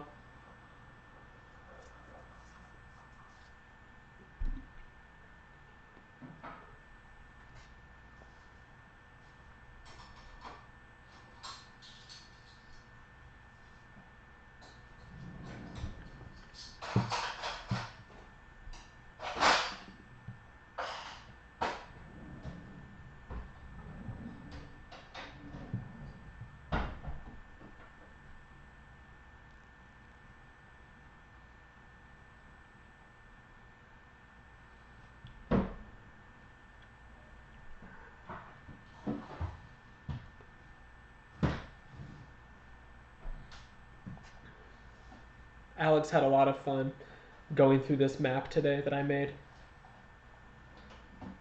What map? the like Enneagram map that I made. I kind of put together the all the 9 archetypes and all that. And really, hey human, good to see you.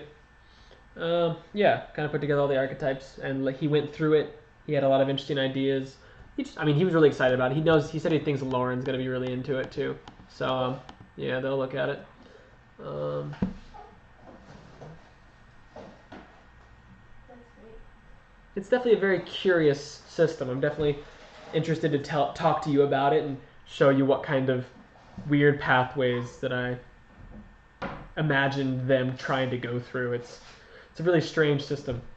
It has a lot to do with like Neoplatonism, and then like it goes into like the mystics of Sufi. Huh? Neoplatonism is. Just people coming out of like the Platonic tradition, talking a lot about polytheism, and like the one and the many and things like this. But yeah. Cool. And it mentions like the Sufi mystics, and yeah, it's a really like this Enneagram thing comes out of a very it's a very historical tradition it's coming out of. It's extremely related to a lot of it's a weird mergence of very old Western and Eastern like mystical thinking. Cool. And so yeah, it's definitely not just new. It's got a lot of this old history to it, but I mean, it doesn't validate it by any means like, in that way. You know, it's just kind of like the tradition it finds itself coming out of is rather rich, and like there's a lot of diversity with what it's trying to pull together, successfully so or not. That's cool. Yeah, it was interesting just to kind of look into it and see what it was about. So that's what you started off the day doing? Yeah, I just kind of spent the whole first part of the day just like outlining what the system is and how it thinks of itself, and yeah, just kind of living inside of it, and some interesting conclusions. It's very much Do you like it more than you thought you would? it's not necessarily about like it, but it had a lot more for me to write down than I thought it would, which is so at least in regards to pure information quantity, it was satisfactory. That's cool. It took me like 3 or 4 hours just to like write it all down. So like a lot of information. That's pretty cool. Yeah, so it definitely wasn't like arbitrarily shallow. So it was a good start. But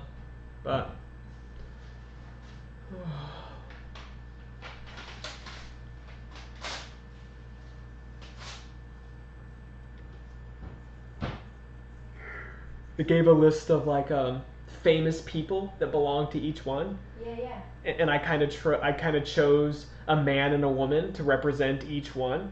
For the first one, I picked Plato and Hillary Clinton. Amazing. The second one is Mary Kay and Stevie Wonder.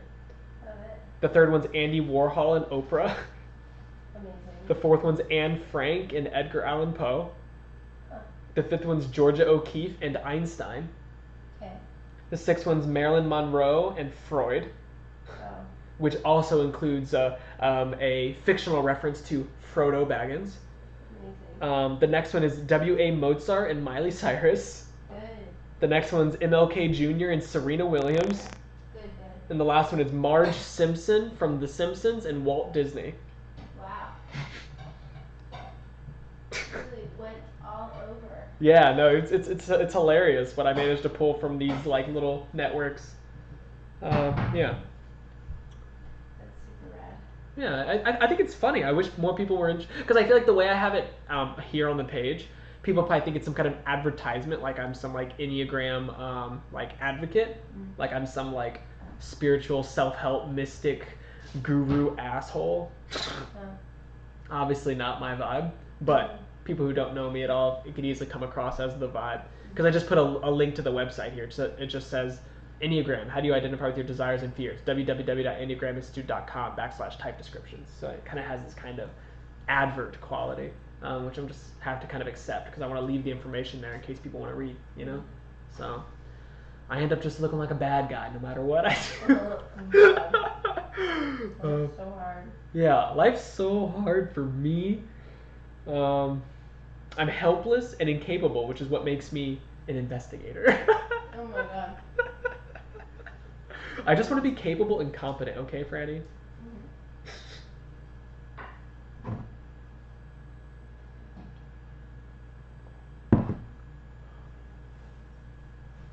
If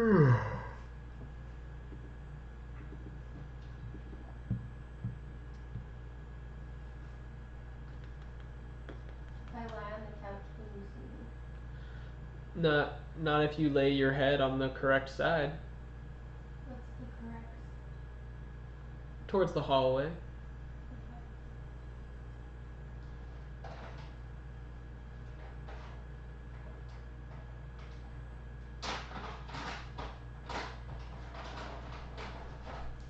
Allison really liked those. You want some? No. She had some? Yeah, I gave. Okay. Yeah, I had to thank her for the lunch gift. She brought an amazing amount of food. It was really diverse too. She did a really lovely job of balancing out all the different kinds of things. Did you tell her to bring lunch, or just that just out of the kindness of her heart? Oh no, I asked her if she would. She's not that nice. Yeah, she is. Is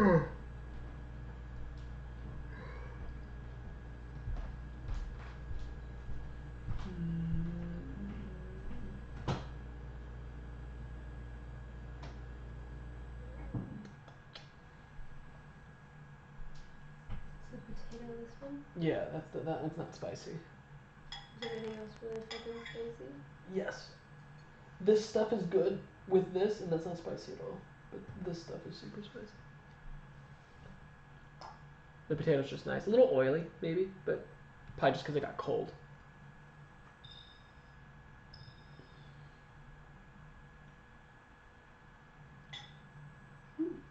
It's good. A little spicy. Oh, it was a little spicy? Tiny bit. It's definitely the least spicy thing there, though. It's insane. I was moving my head to keep you out of it. Yeah, I was trying to help you out. Help keep your anonymity. You gotta keep the star of the show at bay. They can't see them too soon.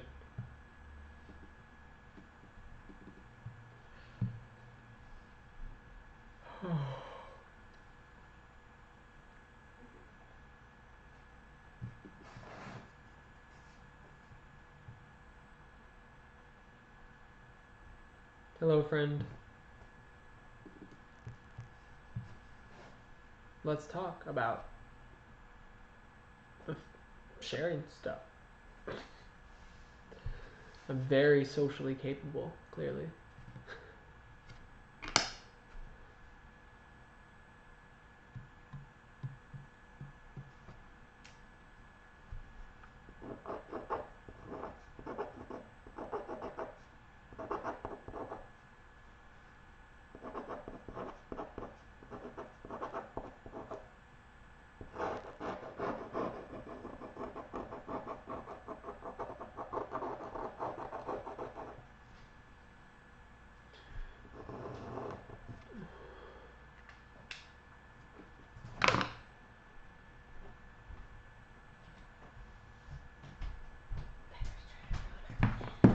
Huh? Pepper's trying to ruin our time.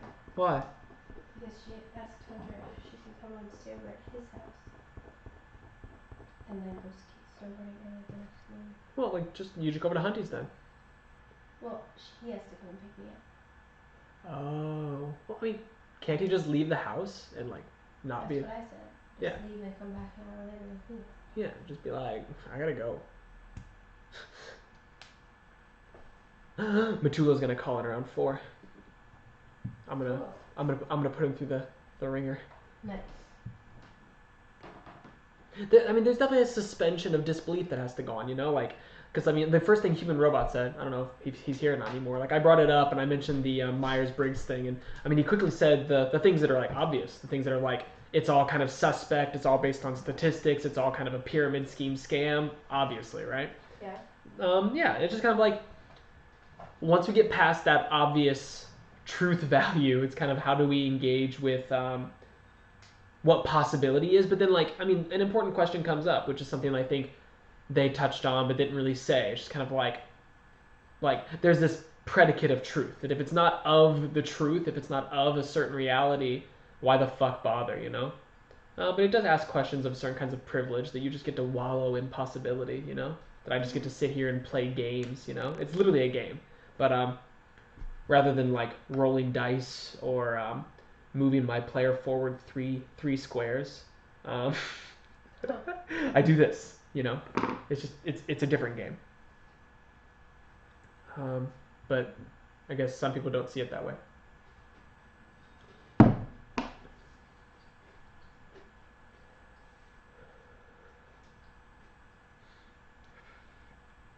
I feel like the Enneagram though makes you kind of do a little bit of self-digging. Yeah, I mean, most games do. In whatever shallow way they have you do it, you have to make choices of like, do I buy Park Place or do I buy all the railroads? And you start having your own inner conflict about like who you are, you know. And like it may not seem that serious, but like you start getting into your intuitions about your past, your history, what you think about a certain space, etc., you know. Yeah. So like people are willing to take more seriously their perspective on like what property to buy in Monopoly than they are maybe how their own ideals of themselves are reflected back against them against someone else's kind of systematic endeavor. Because this is not a truth value that tells you who you are, but it's another person who's looked at the world, who said this is how I choose to split up the world, and then you looking at how you may or may not fit into their classifications that they've built. Like they've clearly viewed the world, like these words aren't arbitrary to me. Words like fear and passion and virtue and ego. They've clearly done a little bit of homework about what people care about to get really general tropes to engage with, right? They're not saying like favorite waffle flavor, Yeah. the color of your shoes in the middle of November. Like no one's gonna relate to those things. But like they picked things that people can relate to, and it's so banal that it's to the point of like being obvious and being like a scam. But it's kind of like, no, they clearly did a little bit of work to try and find out what generally seems to unite a certain kind of impression they have of the way people maneuver through the world, you know. And like Allison made a good point. Like I'm glad she saw that because she's so enthusiastic about this system. So I'm glad she saw this and made this point. Yeah. 'Cause it's one of the things that I came up in my like drawings this morning. She said how like it's not about identifying yourself. It's about finding the thing that most resonates with you, facilitating the constellation that happens to surround that, and then maybe finding a way to move yourself to a different constellation. For sure. And it's about movement. It is about it's literally experimentation on the body. I can't be mad about that, you know? Like I'm all about experimentation on the body. Because you kind of realize what you most align with, and then maybe those things aren't what you want to be, you know? So it's a departure point rather than a means to an end. Yeah, and like I don't know, it's strange. Why? Because I feel like I upset, because I said I don't know if he's here and I don't know if he's listening. I guess he can. That's fine. I feel like I upset Human Robot a little bit, or like I created this rift or this kind of confusing space because it was this desire for me to experiment on the body was met with this kind of impracticality. You know, that it didn't make sense, that it wasn't actual, it wasn't real. All these words came up, you know, and that's like it's interesting to me, and because he said that he noticed that in all the times that we've interacted on the chat, we've never had an actual conversation. That was like a quote, you know, and then I asked what actual conversation meant, and then when you came in the door and I mentioned to you about the Ethiopian food, they were like, do that. How is Ethiopian food? Kind of just like make this as pedestrian and general as possible. Isn't that not what we're... Well, yeah, this is not what the space is for. It's kind of like going to a concert hall and being like, why aren't we all like naked? Yeah. It's like wait, I'm naked in the shower. Why can't I be naked here? That's what I want to do, you know? I guess So more interesting. more accurately would be like, why are you playing cello in the shower? That would be the bigger point of like frustration. Be right back. Yeah. Human Robot has been here. Lovely. They just said BRB. So they'll be back in a few. They're just listening to us chat. Yeah, and it's interesting. And like, yeah, I guess I don't know why they wouldn't want to engage with that just then if they had. But apparently they understand. At least I understand them well. They didn't kind of chime in that I misunderstood what they meant. But it's It's all very strange.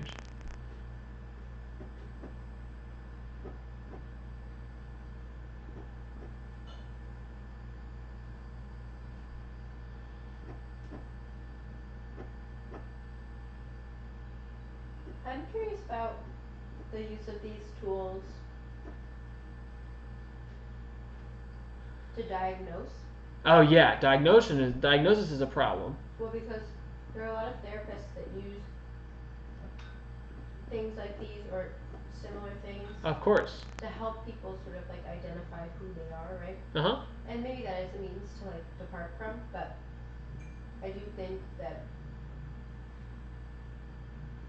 sometimes a therapist will utilize a tool like that if maybe somebody's not as good about talking about or projecting the way that they think about themselves. So to be able to like utilize some sort of test format that maybe that somebody that doesn't like talk as much but maybe likes to read more Mm-hmm. could utilize. Yeah. It's interesting. And I think at that rate, it's like it doesn't seem like it would be dangerous if they just simply allow the tool to be acknowledged. Just like, hey, there's this thing out there that exists. Go play with it if you want. It's when they expect the therapist to get involved with the playing that it becomes problematic. Why? Because it's something they even say on their website. Well, they do it as a means of like, it's a selling point on their website. It's kind of like, not everyone can just like identify you. You can only self-identify, but we will tell you if you were right or not. You know? No, yeah, it's definitely this kind of like, you pay us and we'll give you our expert insight about how you fit into our system. And obviously, But who are you? well, I mean, they're the people that invented the system. They know best. Blah blah blah blah blah. But yeah, it's not, to me. It's pretty obvious that that's not great. But I do like what they said, where they said like other people, like they basically said, don't use this as a tool to analyze and define other people. That was like really nice. The fact that they made sure that they made clear that other people could be, because people use astrology that way. Yeah. People look at astrological signs and They like, say, oh, when are you born? yeah, like, what are you? Oh, you're a Pisces? Haha, I know everything about you. You're in a little bubble now, dead, you know? Yeah. And you're done for. Or like to actualize some sort of action, right? Exactly. Like, To say like, oh, that makes so much sense. Or like- and you're like, what the fuck are you talking about? Like, oh man, everything about that is just fine now. I've got that organized. yeah. Well, it's like filing it away, right? You get to like say like, oh, they're this type, so you can file that person away and either engage with them or decide not to because some weird arbitrary system is telling you that you can or cannot. Yeah, and so a lot of people use that stuff that way. And I like that on their website they at least said, please don't do that, which is cool. I was into that. I mean, they definitely followed it up with some specious activity about like, give us your money so we can do it. Yeah. But they at least had this initial sensitivity to be like, we are not your like local high schoolers guide, because like you could see some woke high schooler finding this website and be like, oh, I've got all my friends just figured out, you know? Yeah. I know all their desires, I know all their fears, and I'm gonna play them like fiddles until I own them. Such a 7. Yeah, you're such, like, I know that you're afraid of being in pain and being deprived. So give me your lunch and manipulate, you know? And now I control you. Bullies. Yeah, exactly. Mystic bullies. Bully mystics. That's a hashtag mystic bullies, you know? There's that's floating around somewhere on the I thought you were writing that down really aggressively. mystic bully. Yeah. Well, I'll write it down, just not aggressively. I'll just write down hashtag mystic bullies. But yeah,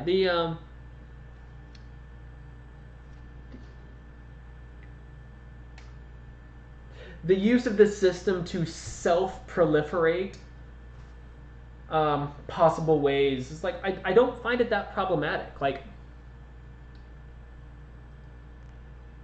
what I don't like about like the Myers-Briggs thing is that you're either an introvert or an extrovert. You're a feeler or you're a perceiver. You're a judger or you're you know, like, you're just there's these dichotomies, and the moment you hit one or two of those dichotomies, you then have 4 different dichotomies that make up who you are.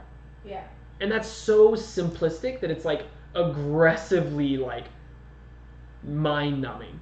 Yeah. Because you're either in or you're out. You're either up or you're down. That's rough. Yeah, that's like so There's pathetic. the gray zone. I am the gray zone.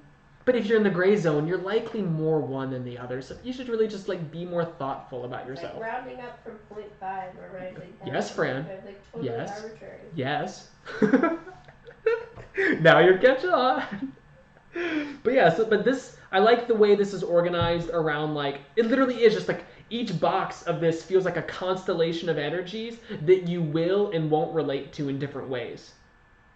Because like each one of these different kind of energies is like, that's an energy, that's an energy, that's an energy, that's an energy, that's an energy. So 1, 2, 3, 4, 5, 6, 7, 7 different forms of energy. Yeah. And none of them are poles. None of them are poles of opposites. This pole right here is the lowest you get. You either get instinctive, feeling, or thinking, and then you get anger, shame, or fear. So the minimum is there's some kind of triumvirate. There's groups of 3s. You either belong to anger, shame, or fear. You either belong to feeling, thinking, or instinct, and then you kind of can mix between those two triumvirates to get your instinctive anger, or your feeling shame, or your thinking fear. You know, these kinds of things, right? You can kind of do that, which is fine, sure. But that's just a small little nugget inside of what your fears and desires are, what your virtues, passions, holy energy, and ego are, what your wings are, because you get these wings of like the relating to the things on either side of you and how you relate to those things on either side of you. And like it's definitely not Foolproof. yeah, exactly, because it is a universal system. Yeah.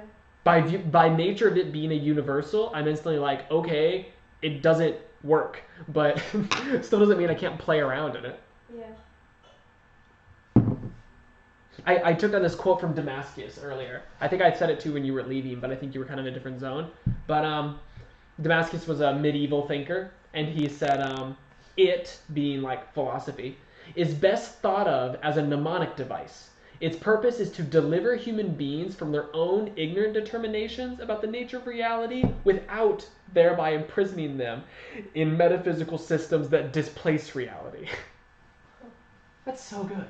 Yeah. That's so good. It's kind of like, use this, because not using this just makes you stupid. But also don't use this and say it's the only thing you could use. Yeah. No, totally. He said so good. Yeah. Add it to your toolbox. Don't just use one tool. Yeah, and I made it. I put it up here on my screen. If you look over here, Yeah. I have it as a spammable quote, just kind of like brainwashing people with some Damascus, you know. Yeah, welcome. If you're that second person who just showed up, you just got brainwashed. Good luck. So silly. Yeah. I don't know. Allison thought she was a 9, but I'm pretty sure she's a 2, and I'm just gonna like leave it there, you know. I'm like, I don't know. I think you're just not being honest with yourself, Allison. That's 9. 9's the peacemaker. Easygoing, self-effacing, receptive, reassuring, agreeable, and complacent. Their fear is loss and separation, and their desires to have inner stability and peace of mind. That felt right. Well, she's Marge Simpson then. That I really love Marge as an example for that.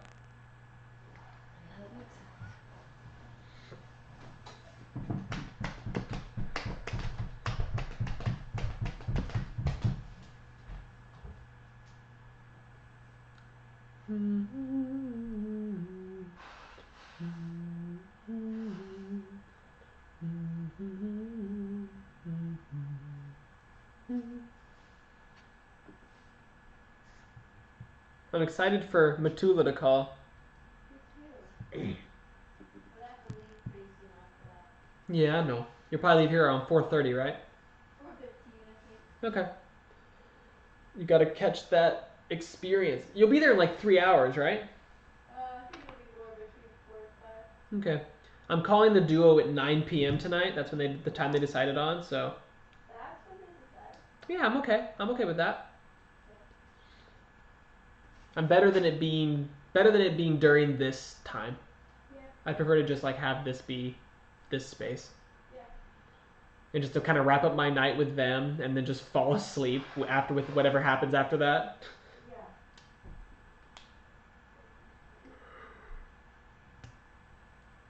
I used to sit here more and try and like sell people. I used to sit here and try and see if people show up and would sell them on talking to me. And I think more so it's just kind of like it's like the guy who sits in Washington Square with his little thing that says like we'll write you poem for free, you know? Yeah. He will write you a poem for free. You just have to walk up to him. And most people just don't walk up to him because of their assumptions they build in. Yeah. So I just have to sit here and like let people have assumptions, and then maybe someone actually like, oh, he actually wants to talk to me about. And get your cute ass curls and Yeah. then hope that they continue. Yeah. I'm gonna get up for a minute, so if you want to like cover yourself or freak out. Yeah. Oh, I'm sorry, I didn't move any of that stuff. What stuff?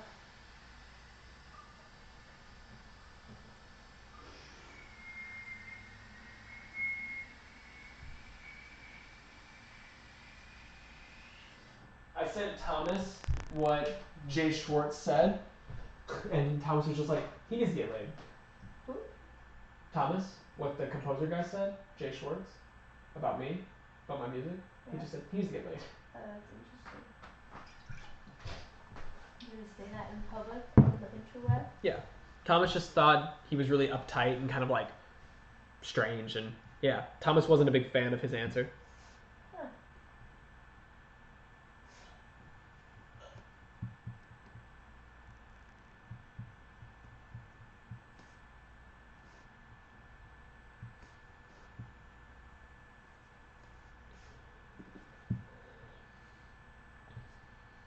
I think Human left. Sad. Yeah. Probably because you were talking about him. No, I mean, he was here. He could have talked back. I don't know what to do.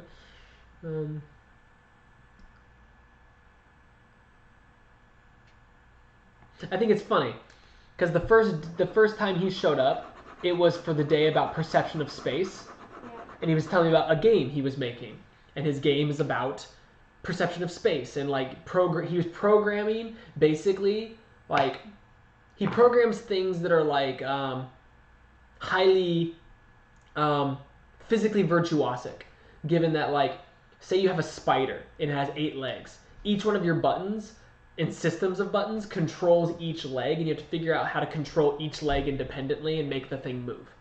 So it's a highly refined set of skills you have to develop to even play the game, right? Yeah.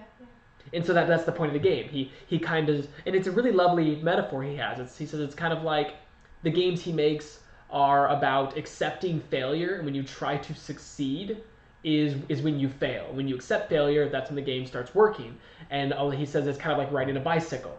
Okay. Once you learn how to ride a bicycle, all you get out of it is the ability to continue riding the bike. You don't really get anything for learning how to ride a bike other than to continue riding it. So the process of learning it and doing it is the same thing as the outcome once you've mastered it. You just get to keep doing it. Okay. Was his idea. So the games that he makes, they don't have an end goal. Once you learn how to play it, you can just play it forever. It's an endless loop game. The game doesn't have a beginning or an end. Just you start playing and you just go. And the whole, huh? Can you pause? Yeah, of course. But the whole point of the game doesn't really, it just loops. The game continuously loops. It doesn't really have an end point. You don't get to an end point in the game. Yeah. And it's just about being in an open sandbox loop space in a way. And the point of the game is to learn how to play it. And that's it. Once you've mastered the game, you just get to play. You just get to play with what you've mastered, you know? Yeah. Which is its own kind of like masturbatory, useless thing, I guess. But like, cool, I'm about it.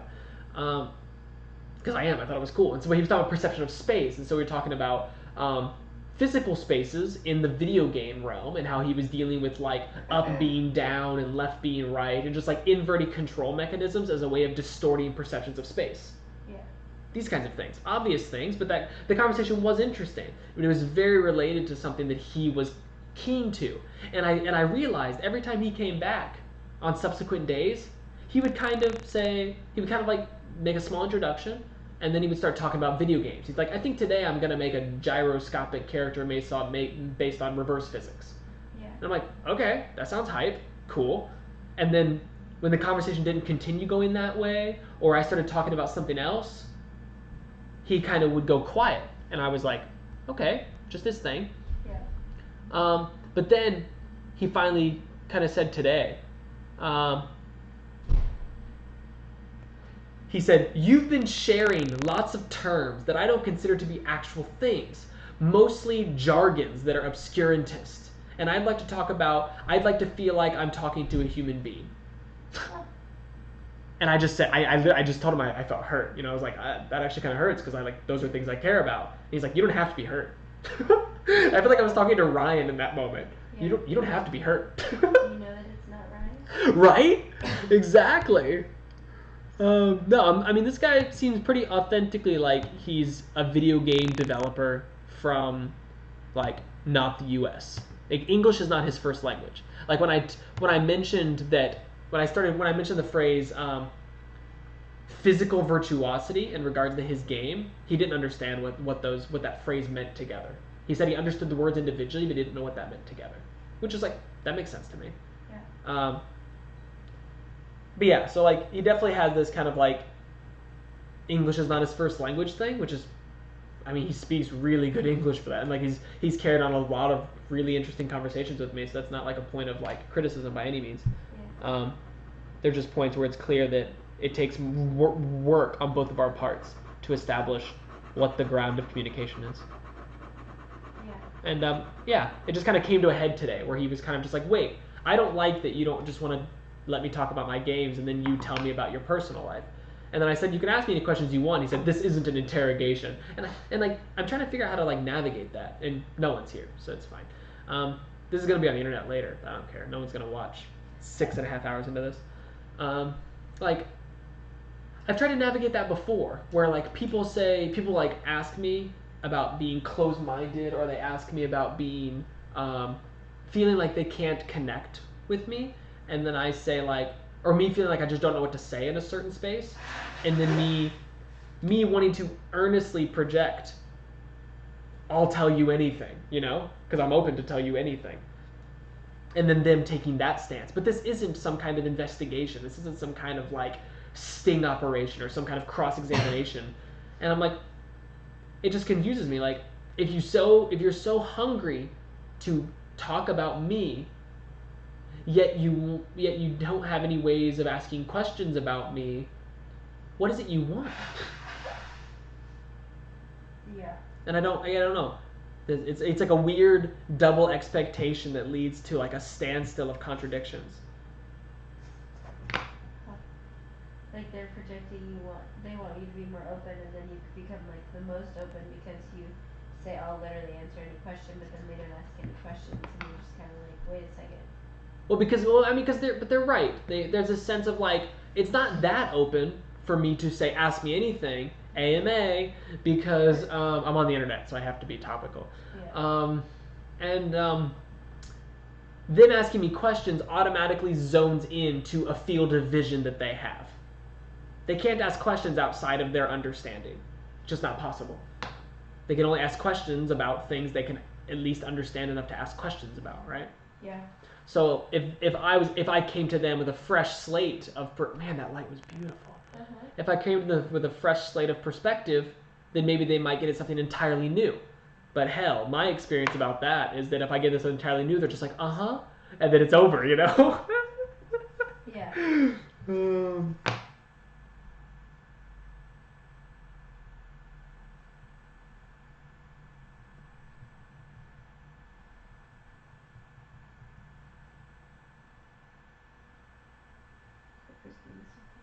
What? She just texted me a picture my dad sent her a gift because she got broken up with her, or she broke up with someone. It was sad. And she said, "Giving me life, LOL. The only man I need in my life." Hell yeah. I mean, she needs Hunty, and hopefully I'll be a good dude for her one of these days. Nice guy. Oh, look at those biceps. What?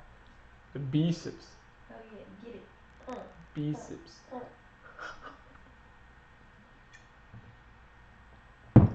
This is supposed to be a children's book. That's right.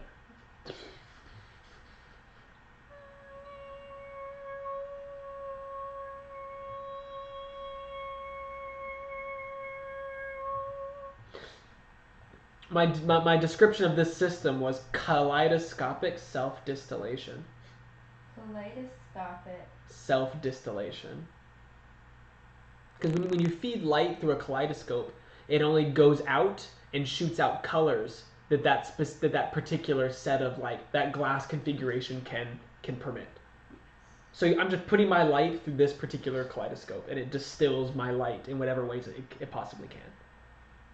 So it basically is just a little kaleidoscope. Which is That sounds right. fine. Why does Advil colon sinus only last for 4 hours? That's my question of the day. But it's not about my question of the day, it's about your question of the day.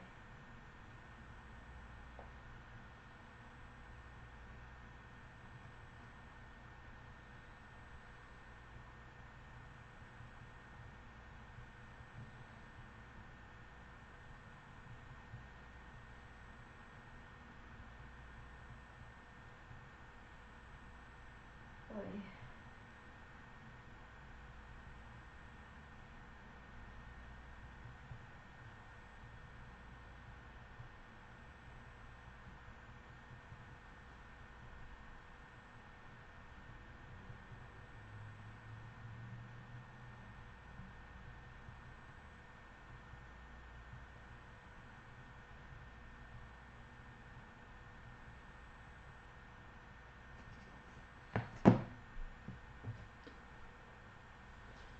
I wish you could turn towards me, but then it would make me available for the camera, and I just don't want that. No, you're good, love. Yeah. I'm glad you're home, though. I like feeling you like this. It's nice. Maybe. This light's really beautiful right now. It is The clouds are moving so fast. Are they? It's probably gonna rain. Thanks. Yeah. Pray for my safe flight, people. Oh, 25-mile-per-hour winds. That's intense. Yeah, clouds are fast right now. Shit, man. Yeah, they're moving up there. Trying to look at the weather. It looks bad.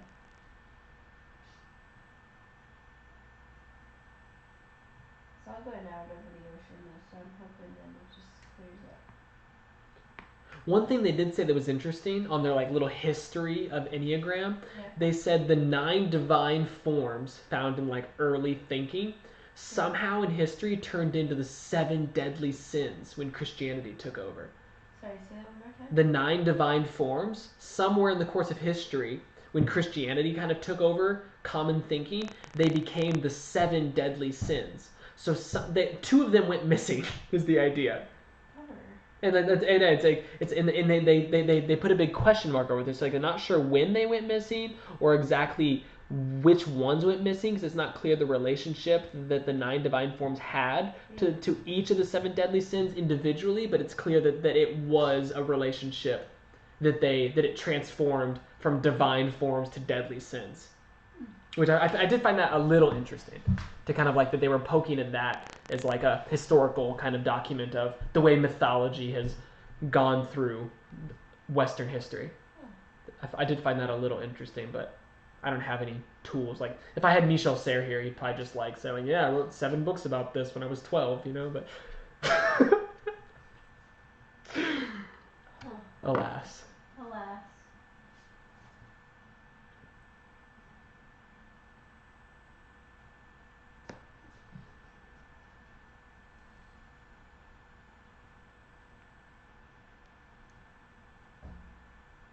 I love me a good lass. He's a bonny lass. Help out, y'all. He's going crazy. This is what happens. If you go back and watch any of those episodes, you dump me. Why? I'm just... Like, I get weird like that. I just start going like, money lass, hit you something. But I'm sitting here alone for like 20 minutes at a time doing that, and it's like maybe problematic for some people. I just kind of like, I don't worry. I just kind of like be what I would be in a space if I was trapped in a room with a water bottle. I would just do that. Fair enough. Doing what you would do. Yep. Doing the thing. Yeah.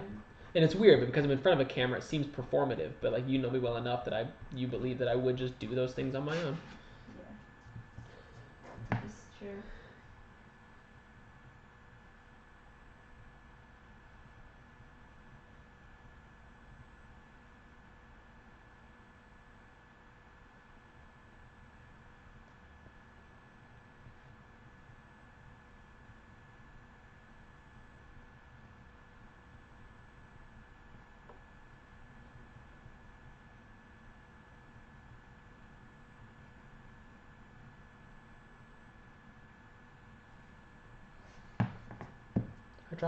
I dropped some water on my other paper.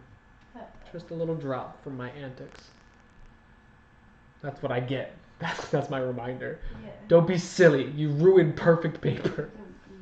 Don't be an idiot. Hey.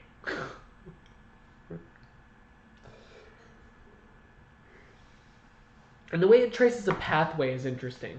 Because it kind of has a growth and stress parallel. Because like, just take number 1. Number 1's growth parallel is 7, and their stress parallel is 4. Right?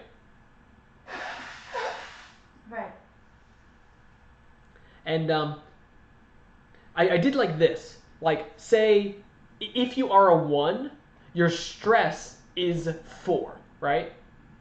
Like, and then what that means is you exhibit negative tendencies of 4. So like, when it says,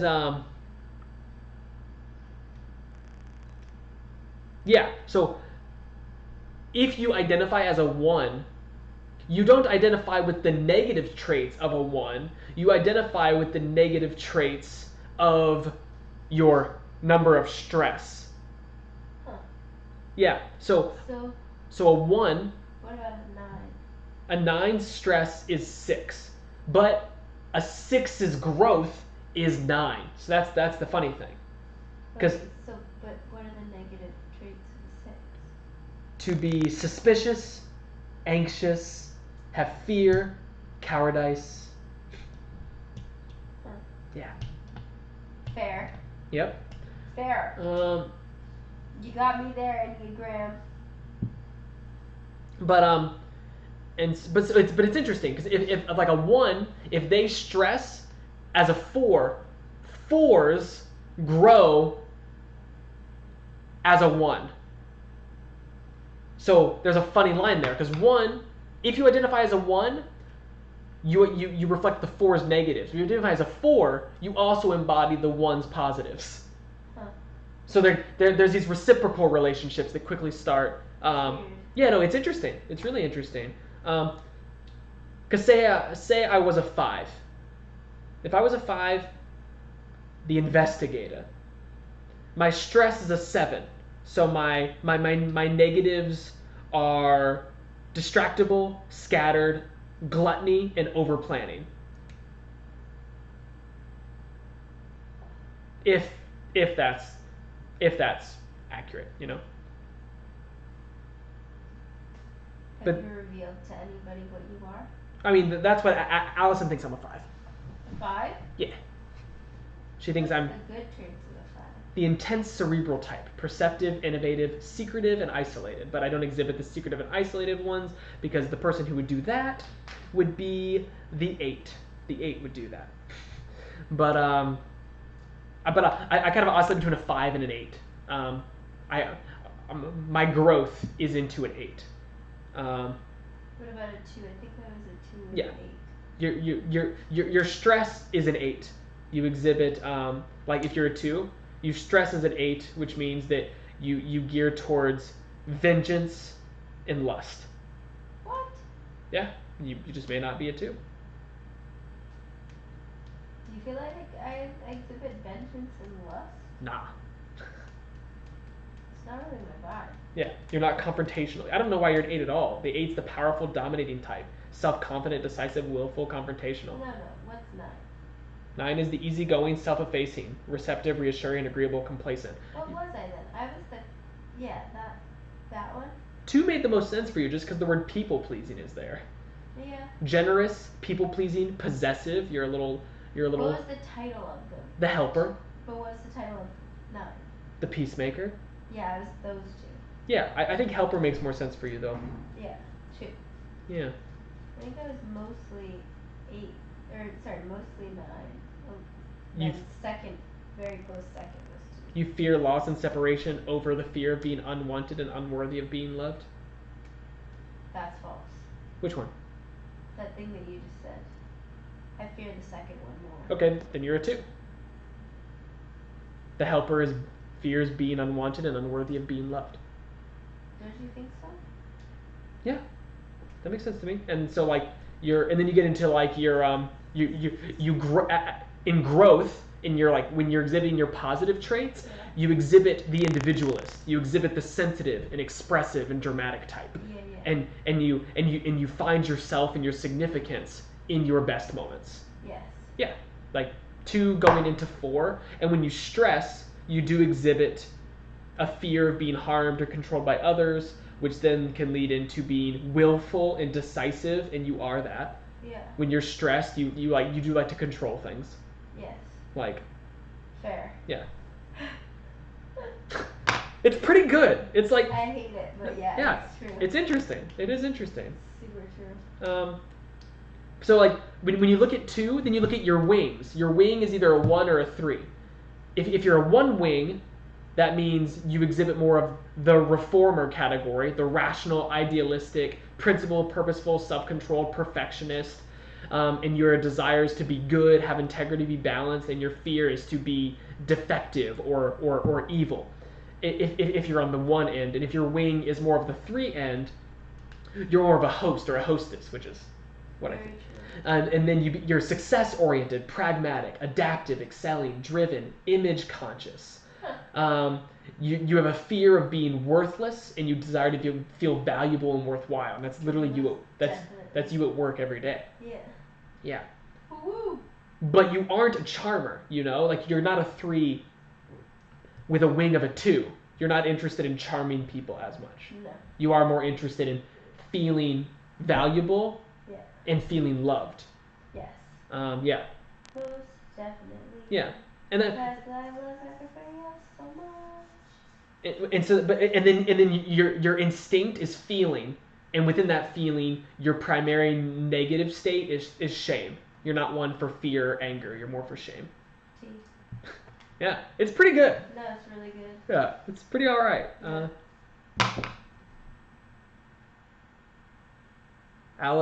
Thomas is a finalist for University of Mississippi, Southern Mississippi. Don't be broadcasting all that stuff everywhere. That's fine. That's rad. You don't even know who I'm talking about. Fuck. I'm just kidding. Hell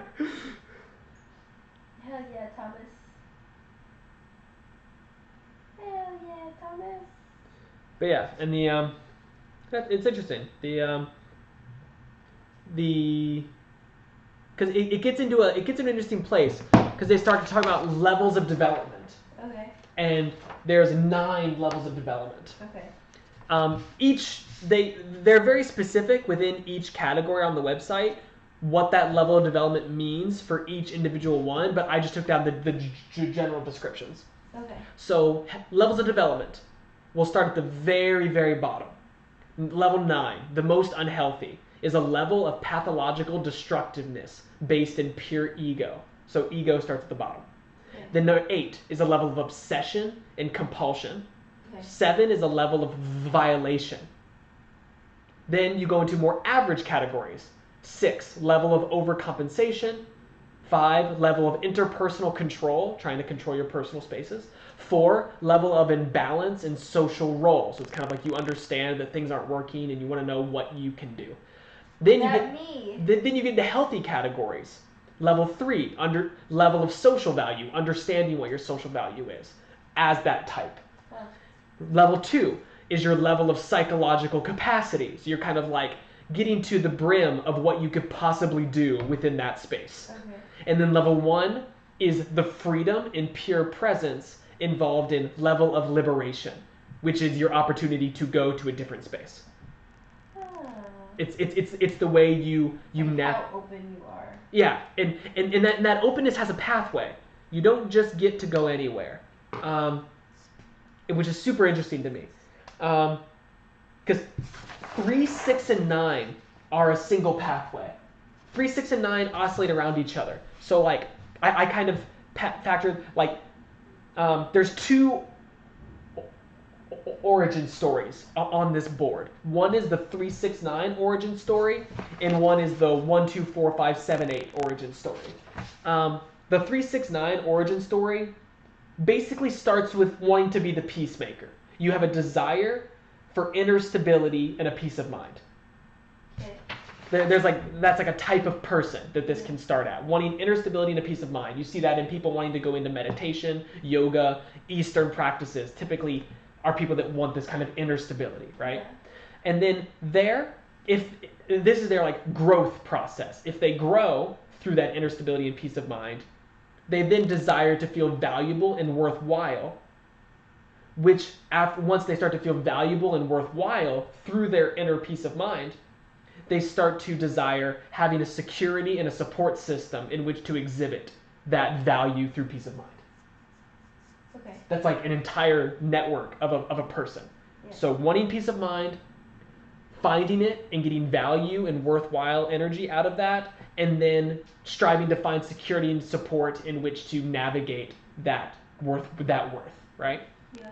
That's one, and then the way that goes bad, the kind of stress way that works is you usually start with a fear of loss or separation. Some kind of loss or separation is your initial impetus for going down this pathway. And then if that isn't resolved well, you have a fear of being without support and guidance. So like if you don't cope well through the loss, you end up having a fear of not being supported and not being able to be guided, which ultimately leads you to a fear of being worthless. And that's the pathway of the 3, 6, 9 in the most stressful negative pathway. Yeah. And it starts because you don't start in your life by being worthless. You don't start your life by being without support and guidance. We all have parents that we're born with, and we lose them or are separated from them. Yeah. So like they didn't say this on their website, but I was trying to find archetypes on like the way we navigate this, and it seemed like in this little circle because they created this circle, Yeah. but the loss and separation seems to be a fear that could be manifested through a singular source, where the other ones are kind of reliant on loss and separation. Mm-hmm. So, and that's interesting. So that's starting with 9 as the peacemaker. The place of being the peacemaker is a place where you can either end up having value and worth that leads to finding a support system, or it can lead to you feeling completely worthless through loss and separation. And then we get to the other one's much more complicated because it's like 6 parts rather than just 3 parts. But this one is very much a world of the inner world, right? Like, Yeah, well, it's reliance on self and how to sort of utilize that. exactly, it's a very inner, and the next one's much more outer. It starts with number 1. It starts with the reformer. It's a desire to be good, have integrity, and be balanced.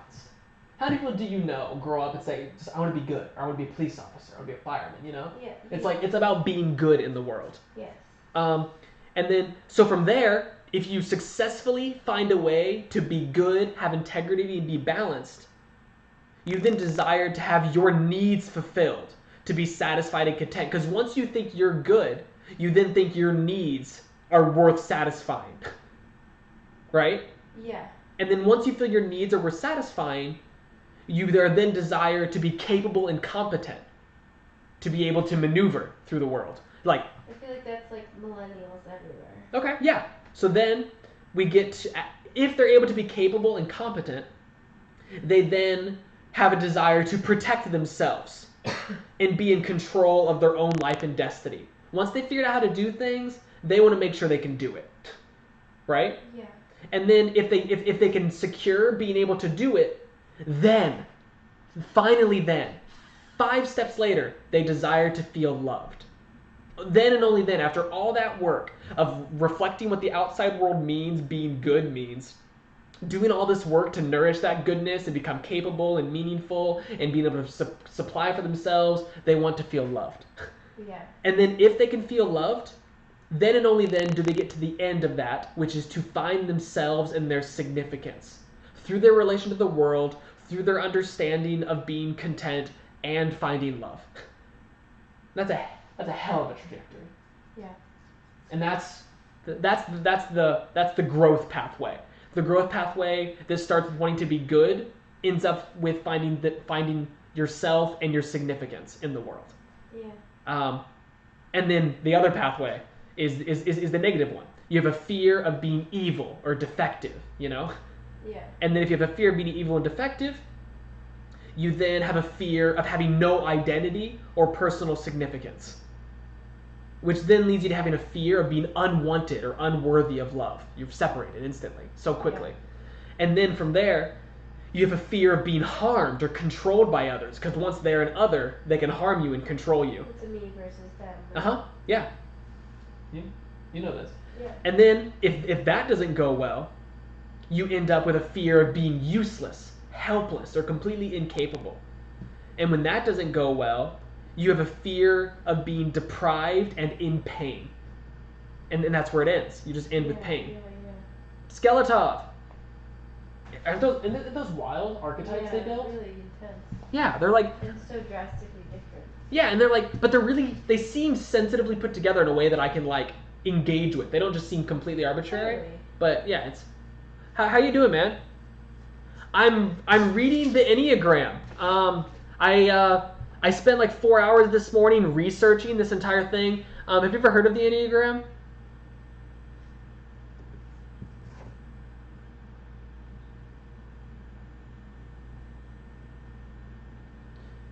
Have you heard of the Myers-Briggs exam? Like the INFJ and all that stuff?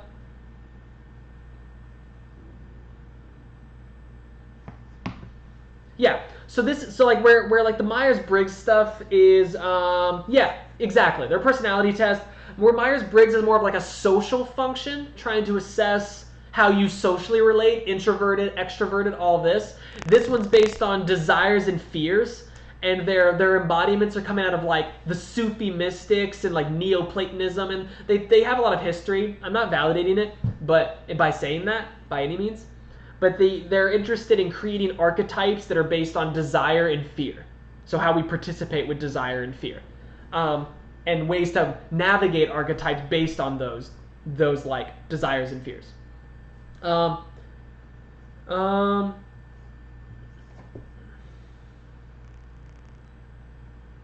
Yeah, so that's the general idea.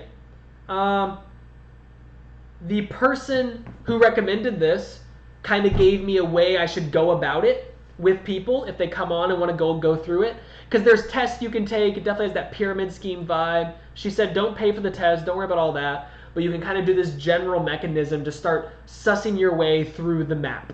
And like, I mean, I have my reservations, of course, psychology, blah, blah, blah, statistics. But I had this quote from Damascus. Can you read this? Is that legible to you, Dimitri? I thought about this quote this morning that made me think of like what I was about to get myself into.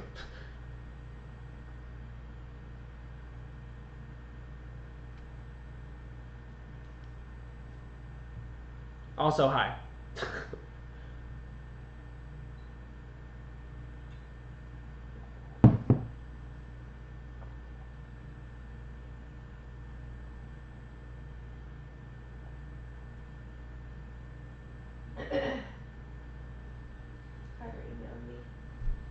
Let me know when you've read that, and I'll take it away.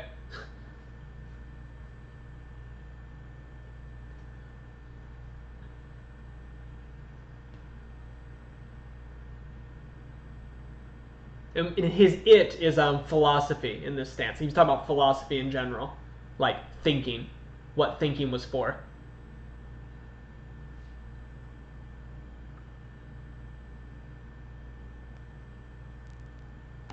Exactly. Map is not territory. Cool. Glad you're because yeah. It's just some people have had a hard time this morning because there is this kind of resistance to these kinds of psychology tests and all that because like they're like astrology, you know. You get caught up in all that stuff. But if you're okay with the mysticism, so am I. That then leads me to want to instigate. Would you like to call in and just be on the voice chat? We can navigate the map together through your voice, or would you prefer? Yeah, would you prefer to be on the voice chat, or do you want to just go through texting like this? Yeah, if you want to call, you can call. Give me a hug. I can feel love on stream. Love on stream. Love on stream. Oh, I know you have to go, and I know I'm downplaying it. I know. I'm feeling it.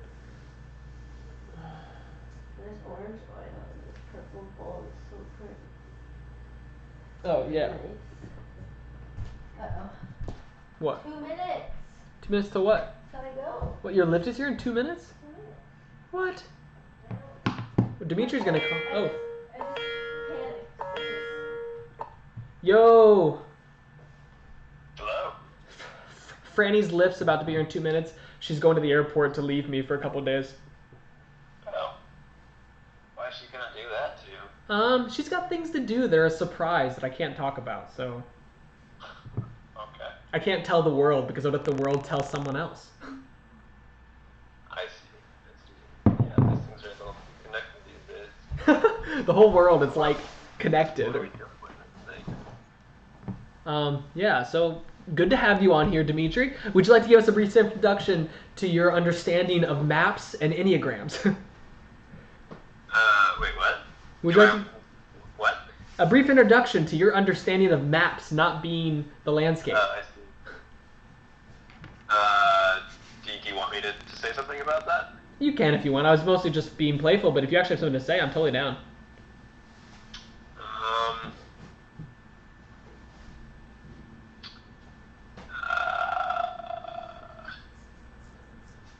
Yeah, I mean, it's sort of like, I'm thinking of a quote. It was like, strong opinions lightly held. Yeah, that's good. Yeah, yeah. I just some things in that vein. Sort of like, you know, you can sort of carve the world up how you want to. Bye, Franny. bye. I'm just giving her a hug. Yeah, I can hear you. Yeah. You guys can say goodbye. Like if she's leaving now. I'm smooching him. Don't you worry. Yeah, she gave me a smooch. We good. Have fun. See you. Bye. Have fun. Thanks. Yeah, You too. no, that's great. I really like that. Who said that? I think you might not like the source. It's a venture capital firm, Mark Anderson. He's like a big investor in like Silicon Valley type companies. Well, I mean, someone's got to do it. Yeah, that's their principle for how they think and make decisions internally. Is like they want to just be full of people who can think for themselves and map the world up usefully and be able to make predictions that other people can't. Yeah. But yeah. So that's like a little bit taking us away from the sort of more spiritual, interpersonal sort of stuff, sort of debate. Well, I mean, it all ties in because this thing is actually a pyramid scheme, so it's business. We good? Yeah, it's all connected in a way. Yeah. But yeah, so I think I'm pretty good with this stuff. Like, I would even dabble in astrology. I feel like, yeah, I do have associations against astrology, but like, for the most part, I do think of it as like maps that could help people Yeah. See clusters of personalities. Because like, Mm-hmm. you know, minds work in patterned ways, so for there to be correlations between one part of a mind and like another preference in the mind, like totally makes sense. Exactly. Yeah. No, totally. Perfect. then you will have fun. So what I'm going to do is I'm going to read a small blurb about each of the 9. You choose 3 or 4, and then I'll give you more info about those 3 or 4, including their fears and desire traits, which are more personal. And then you'll suss out one, and then we'll go and we'll navigate the map from there. We can talk more about the system they have, because it isn't just these 9 archetypes. They have 9 levels of development within each archetype. They have 3 instincts that are outside of the archetypes that can belong to any of them. They have a really wild system that's like, I spent 4.5, I literally had to spend 4.5 hours reading everything on their website. So there's at least enough information to keep me scribbling for 4.5 hours. A lot of stuff. Oh yeah. It sounds like it's like a, kind of makes me feel like a D&D type of character creation system. Almost, yeah. Okay, so let's go for it. Okay, so 1, the reformer, the rational, idealistic type, principled, purposeful, self-controlled, and perfectionist. Number 2, the helper. Yeah, I feel like I already identify with that one. Okay, well, you have to hold on to it. Hold all your preferences until the end of the journey. Oh, wow, so we're just going to list them all out then. Yeah, I'm going to list all 9, and you're going to choose 3 or 4. I'm going to put all my limbs inside the cart and just let it ride. Dude, ride the limb car. My favorite children's book, The Phantom Tollbooth, that I reread recently. There's a part where they get in this guy's car, and he's like, "Could you all hush? It only goes without saying." That's pretty good. That's pretty good. Yeah, so that's what we're gonna do now. We're gonna go. Number 2 is the helper, the caring, interpersonal type, demonstrative, generous, people-pleasing, and possessive. Number 3, the achiever, the success-oriented, pragmatic type, adaptive, excelling, driven, and image-conscious. Number 4, the individualist, the sensitive, withdrawn type, expressive, dramatic, self-absorbed, and temperamental.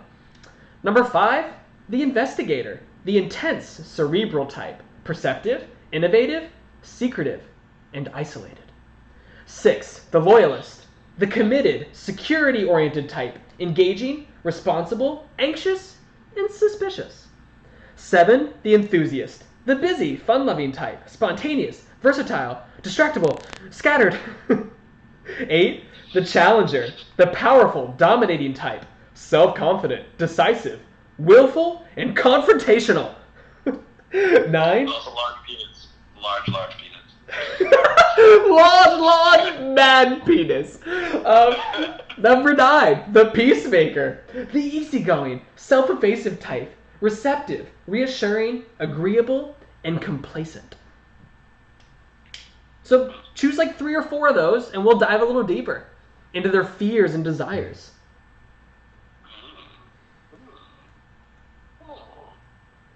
What's behind door number 1 through 9?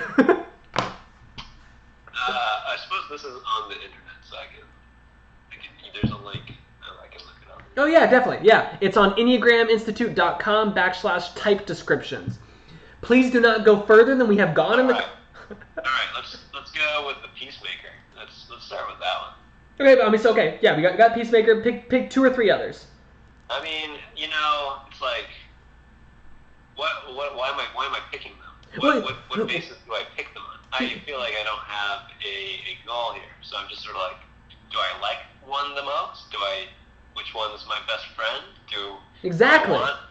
Do I want to like make a team or are they gonna fight? Like, what are we going to do? Okay, so this is kind of how the person who instigated this sharing topic told me to do it. They told me read the blurb of all 9, have someone pick 3 or 4 of those that seem to resonate with them the most, and then as we dive deeper into each one, we'll kind of suss out which one makes the most sense. So like maybe for you, the powerful, dominant, self-confident, big dick type doesn't really resonate, and that's fine. But we'll see. So like, yeah, you just pick 3 or 4 that seem to have the most, because number 1 you said had a lot of resonance, etc. So just kind of pick 3 or 4 that seem to have the most, and we'll continue to negate from there. Energy. Okay, yeah, I don't know. I feel like I identify identify with a lot of these, with all of them to some degree. Yeah. Good. Yeah. It's gonna. Which But is- yeah, I think I definitely resonate with the reformer.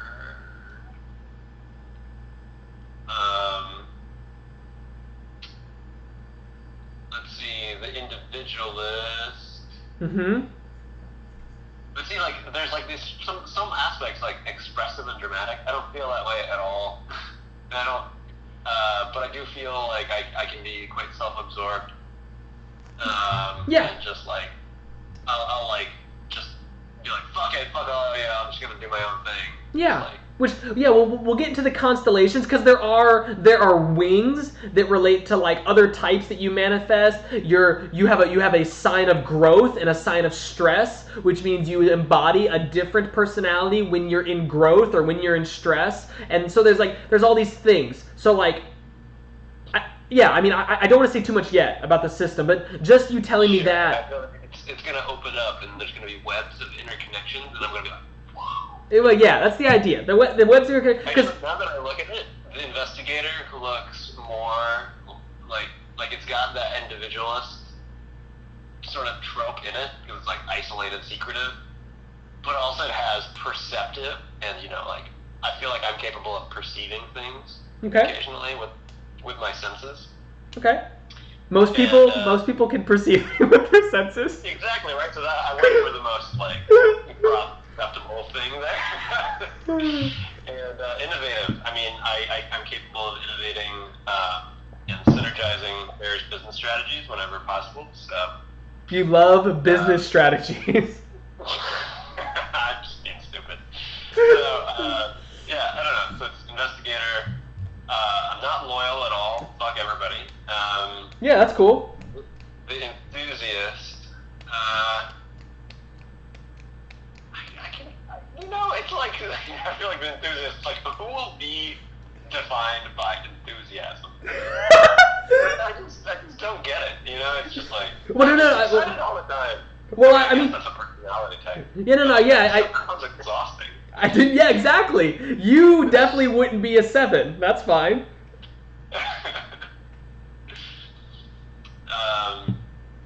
Okay, so what do we have so far? You said Former 1, 4, and 5. Gator. Let's say 1, 5, Okay. and 9. 1, 5, 9. Well, yeah. Pick one. Is there one more that resonates, or are those the 3 that resonate the most? Jesus. Because you said 4, and it's okay if you. Christ. Yeah. Jesus Christ.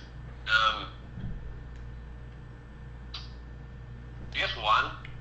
We already said 1. Yeah. 1, 5, and 9 are what I have so far. I'm looking for one more from you. And then you said which one's the most, and I said no 1. Oh, okay. So like 1, 5, and 9 are the 3 that we. Okay. I'll take 1, 5, and 9, and then I'll go into their fears and desires from there. So 1. Yeah. Within 1, you're a more instinctive creature, and your negative emotional trait is anger, primarily. That's kind of like a little asterisk for you. Instinctive creature who's based in anger, and then your fear is being corrupt, evil, defective, and your desire is to be good, have integrity, and be balanced. And your celebrity lookalikes, Plato and Hillary Clinton. Jesus Christ. What? Oh, I've got celebrity lookalikes for each category. I'm a genius, okay?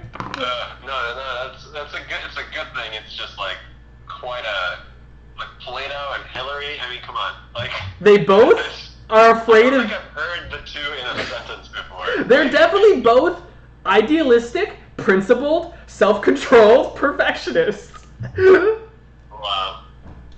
Okay, Wow. moving on to number 5. You are a thinking creature whose negative instigation is based in fear. Your main fear is being useless, helpless, or incapable, and your desire is to be capable and competent. Your celebrity lookalikes are Einstein and Georgia O'Keeffe. These are silly. Okay. Okay. Yeah. Okay. Yeah. Number 9. Your fear is loss and separation. Your desire is to have an inner stability and a peace of mind. And you are instinctively caught up in anger. Your celebrity lookalikes are Marge Simpson and Walt Disney. Wow. I spent a lot of time. They have a whole list of famous people that embody. Did you make the? Okay. No. Did you make the celebrity No. list?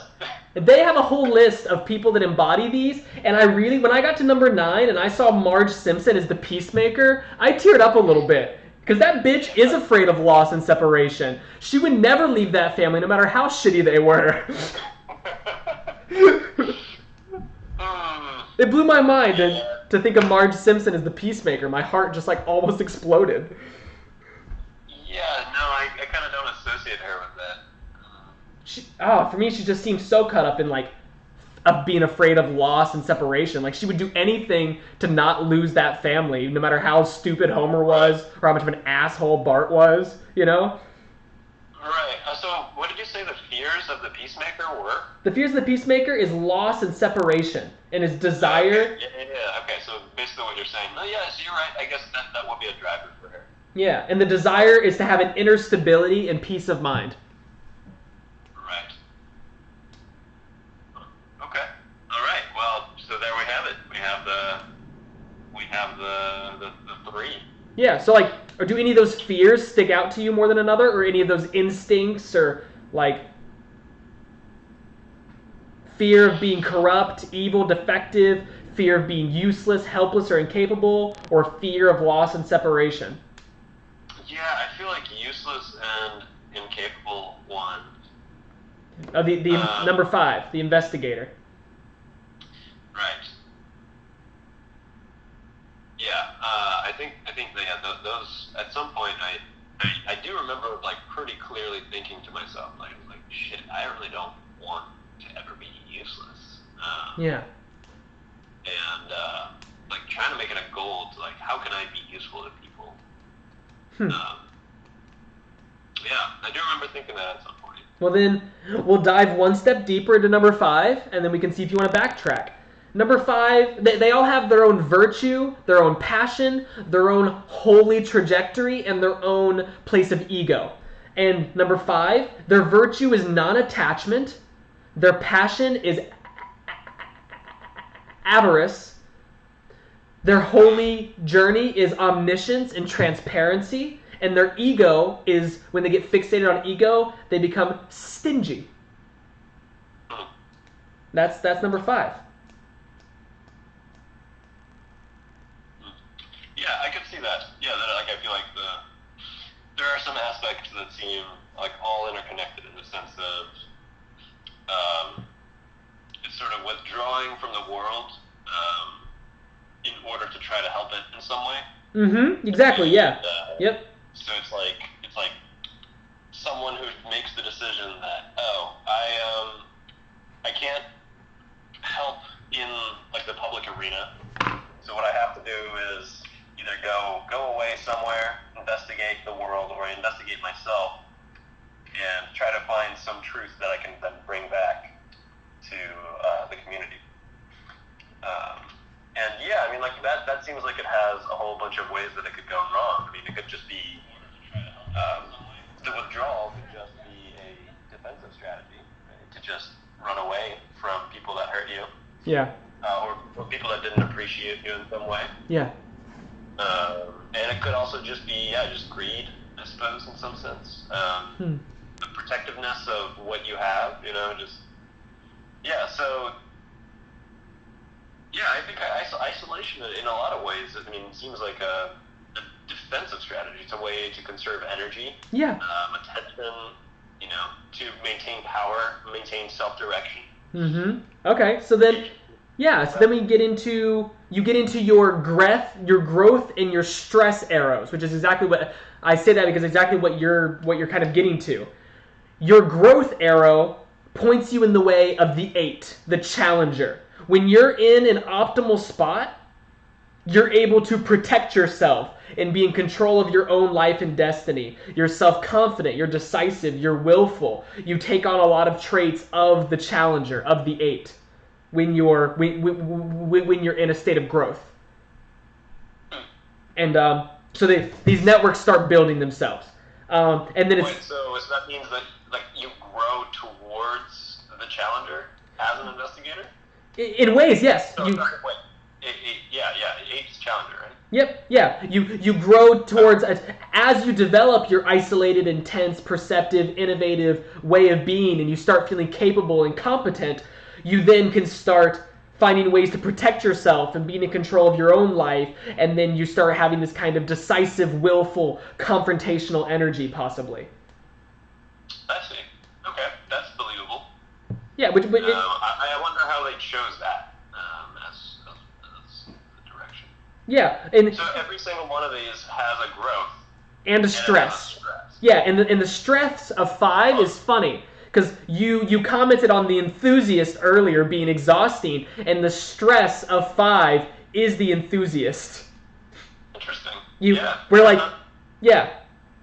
Yeah, I feel like academia has definitely beaten the enthusiast out of me. Which, like, but it's funny because, like, if you're an investigator and your fear is being useless, helpless, or incapable, and you start feeling useless, helpless, or incapable, you start leaning into the 7, and then you start feeling deprived and in pain.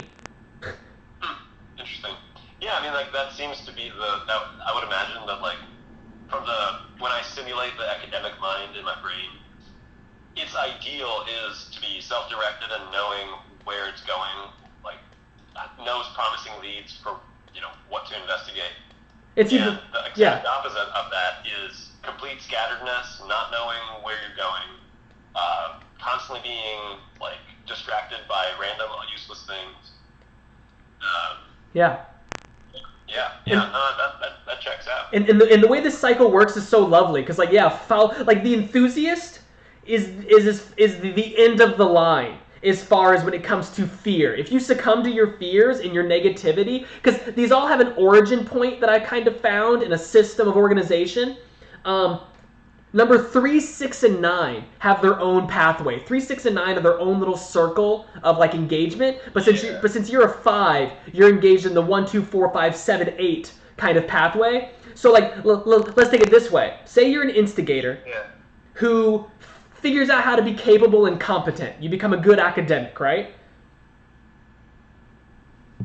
And then, like, if you're an instigator and you become capable and competent to be a good academic, possibly, you then have a desire to protect yourself and be in control of your own life. Like, be in control of your own flow of information, right? Sure. And then if you become a challenger, your growth point is the 2. Your growth point becomes the helper. You have a desire to feel loved. You have a desire for what you have to offer to be meaningful. The things you cultivated as an investigator, that you codified as a challenger, you then try and give people as a means of, like, as a transaction. Like, I have something valuable, please love me. Oh, interesting. Yeah, so that really does seem like a bunch of natural pathways. What about 2 to 4? 2 goes to 4. Once people love you... Oh, it goes back to an individualist? Yeah. Once people love you, you found yourselves and your significance. Through academia, the investigator being a common trope of academia, you end up finding love and your significance through all of that. Yeah. And the individualist is the end point of that chain. So number 7 is the end point in regards to fear. Number 4 is the end point in regards to, like, desire. If you follow your desires healthily, you end up finding yourself and your significance. If you follow your fear... Wait. No, isn't it going... So you go to challenger, then you grow to 2. The helper, yeah. The helper, which then lets you grow to 4. Yeah. Which takes you to individualist, but the growth doesn't stop there. It then goes back to 1. Reformer. Yeah, but the 1 is also the starting spot. You kind of, like, the moment you find yourself and your significance, you become the conservative tendency of the good and the balanced. What the fuck? hold on a second. So the enthusiast. Oh, okay, no. So because I lost this chain. I didn't start at 1. I started at 5. Yeah, exactly. Yeah. So working my way back. Yep. At 1, after Reformer, I don't understand how. So the Reformer grows to be the enthusiast. Yeah. They start. Yeah. Makes less sense to me. I can see how the enthusiast grows to be the investigator. That's some sort of like, a pendulum swinging back. Yeah. And now you're back at the start of the circle. So it's sort of like, coming out of the public sphere, going inward, investigating, and then coming back out. Yeah. Yeah. Well, I think the reason the Reformer thing works is because, in a way, when you start the chain, you're looking to be good, to have integrity and be balanced, meaning you're looking at the world as it is and positing the past as your starting point. You're literally a reformer, and so far you're embodying traditions of the past. And then you have to break those down to the point of being an enthusiast starts seeing a pathway to break it down. The investigator breaks it down. The challenger says, like, this is worth promoting, etc., etc. So you start creating this network of, like, how do we proliferate ideas being relevant to a group of people? Actually, let's see. Yeah, I'm still trying to figure this out. Yeah. When moving in their direction of the disintegration, methodical ones suddenly become moody and irrational at 4. Yeah. However, when moving in their direction of integration, angry, critical ones become more spontaneous and joyful, like healthy 7s. I see. So there's like some. That's right. So I forgot that 1s have an anger component that drives them. Yep. So they are teachers, crusaders, and advocates for change, which certainly will be people that are burned up by some sense of injustice. How do we get there? We got there from so enthusiast.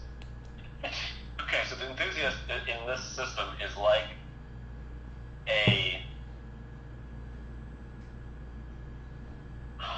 it's got some aspects of it, like of a leveled up reformer. Yeah. Do you want to hear who my lookalike celebrities are for the enthusiast category? Which ones did you get? W.A. Which ones did you choose? W.A. Mozart and Miley Cyrus. Wait, so that's for the reformer. No, that's for the enthusiast. Sorry. Yeah. We haven't even started talking about wings yet. Oh, and Miley Cyrus. Yeah, Holy shit. we haven't started talking about wings yet, because each category has wings in, like, the way you deal with being a wing, and they have different names for the different wings. I really disagree with these celebrity choices. Why? Well, I mean, I can see how Mozart is. I don't know. I guess maybe I just see Miley Cyrus as like more of a kind of calculated artist. Yeah, I don't know. I feel like she played the character of being.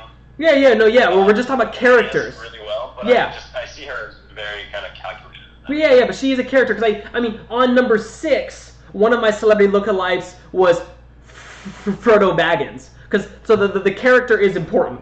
Like, Miley Cyrus as a character is the enthusiast. She's full of gluttony. I see, right. So if we just take the surface, like what Miley Cyrus portrays. Yeah, but also a characteristic of the enthusiast. Okay, no, I would agree with that. Well, right, that makes sense. A characteristic of the enthusiast, in their ego, their fixation on ego is planning. So enthusiasts, when they're really fixated, they plan a lot, which makes sense to me. When I loved Yu-Gi-Oh cards, all I wanted to do was figure out how I was going to organize them.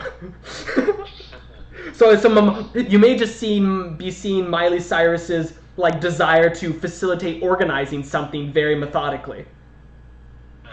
Maybe. Because the enthusiast isn't. It's interesting that they're simultaneously spontaneous, but deep down they get fixated on, like, organizing stuff. Yeah, so is that a basic? I see. Well, basic desire is to be satisfied and content, and so then you just start planning to like make sure that you're always satisfied. Exactly. Yeah, and then we get to the wings. The wings end up being interesting. We'll get to the wings soon. Okay, hold on a second. Yeah. Can you tell me what your so you got enthusiast? Did you get loyalist? You said 6. Are you asking me what I got, who I am? Yeah, well, you mentioned one of them. Oh, no, I was just talking about the celebrity lookalikes, but my self-identification puts me at the investigator. Okay, what about the other two? Huh? Did you pick other two, or you just picked the investigator? The investigator was my primary. Number 5 was my primary, and number 8, the challenger, was right behind, which then led to also the individualist. So it's 5, 8, and 4 are kind of my little network that make the most sense for me. I see. Yeah. Okay. Yeah. But this is interesting because we haven't talked about 3, 6, or 9 at all, and because it's its own little world. Because like what I figured out, because we talked about 1, 2, 4, 5, 7, 8 being about the world. It's about how people participate in the world, how they look at ideas, how they create ideas, how they then share those ideas. 1, 2, 4, 5, 7, and 8 are about the world and how to share with the world. 3, 6, and 9 are about the self. They're very much like, they're places you go to when you need to self-reflect, create a sense of like urgency that isn't related to other. Because, yeah, it's very interesting. Because the goal... So, hold on a second. So 3, 6, and 9. Yeah, it starts with 9. So, yeah. I'm actually like, I'm having trouble following these maps. I guess, yeah, it looks like you're looking at a map. Oh, yeah, sorry. Just Sorry. looking at a list. Yeah, I'm just gonna... imagining that the people viewing this probably don't have any of this available. So it's... I'm gonna send you a... pretty confusing. Yeah, I'm gonna send you a picture that I've literally been making this map all day. Yeah, you're right. Because yeah, the website's a pain in the ass to navigate in this way. So I'm gonna text you on this exact thing, and you can have it. All right. You officially have it. I love you. I'm sorry. I mean that. Okay. It has been sent. Okay. You have it. You have my map. I hope it's legible. Let's see. I gotta download the sheet. Open.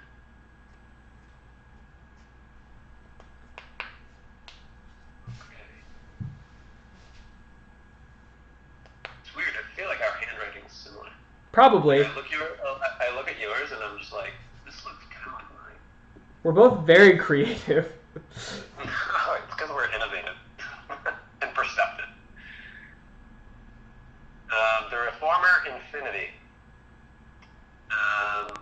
Yeah. I put infinity symbols next to 1 and next to 9 because those are where the cycles begin and end. So the infinity symbol is where a thing begins and ends, and then the capital G in a system is where the growth ends, and the capital S is where the stress ends for each little circle. And yeah, I put as much as I could from the website in this. Yeah. There's a lot. I mean, yeah. So 3, 6, 9 are. So that's a column. Yeah. It's its own little world. Yeah. And then you said that are there 2 other pathways, or are all the other ones connected, right? Because isn't that? No, yeah. Actually, the whole other creates like one long pathway. Exactly. Yeah. Investigator, challenger, helper, then reformer, then no. When do we get to the helper? Maybe individualist, then reformer, then enthusiast, then back to investigator. Yeah. Okay. Yeah. You just follow the growth numbers. The growth numbers take you.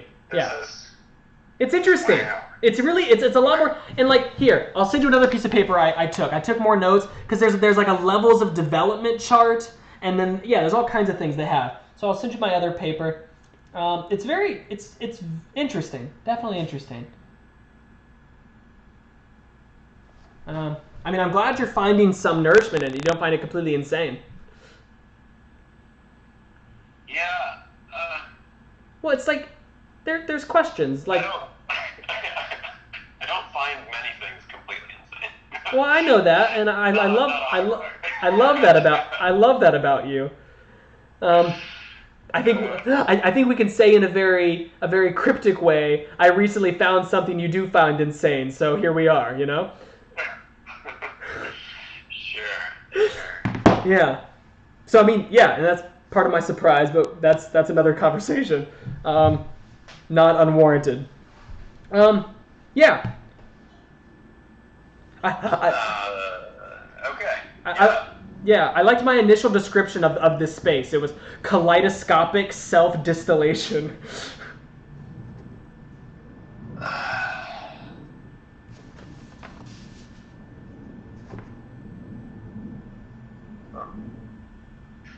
Okay. Well,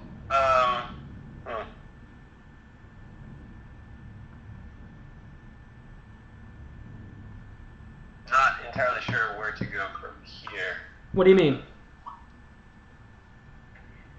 Well, I'm just trying to think of what will be fun to talk about in terms of these things. Well, I think when you get I into feel like yeah, go ahead. we've created like one or two maps in like some pathways.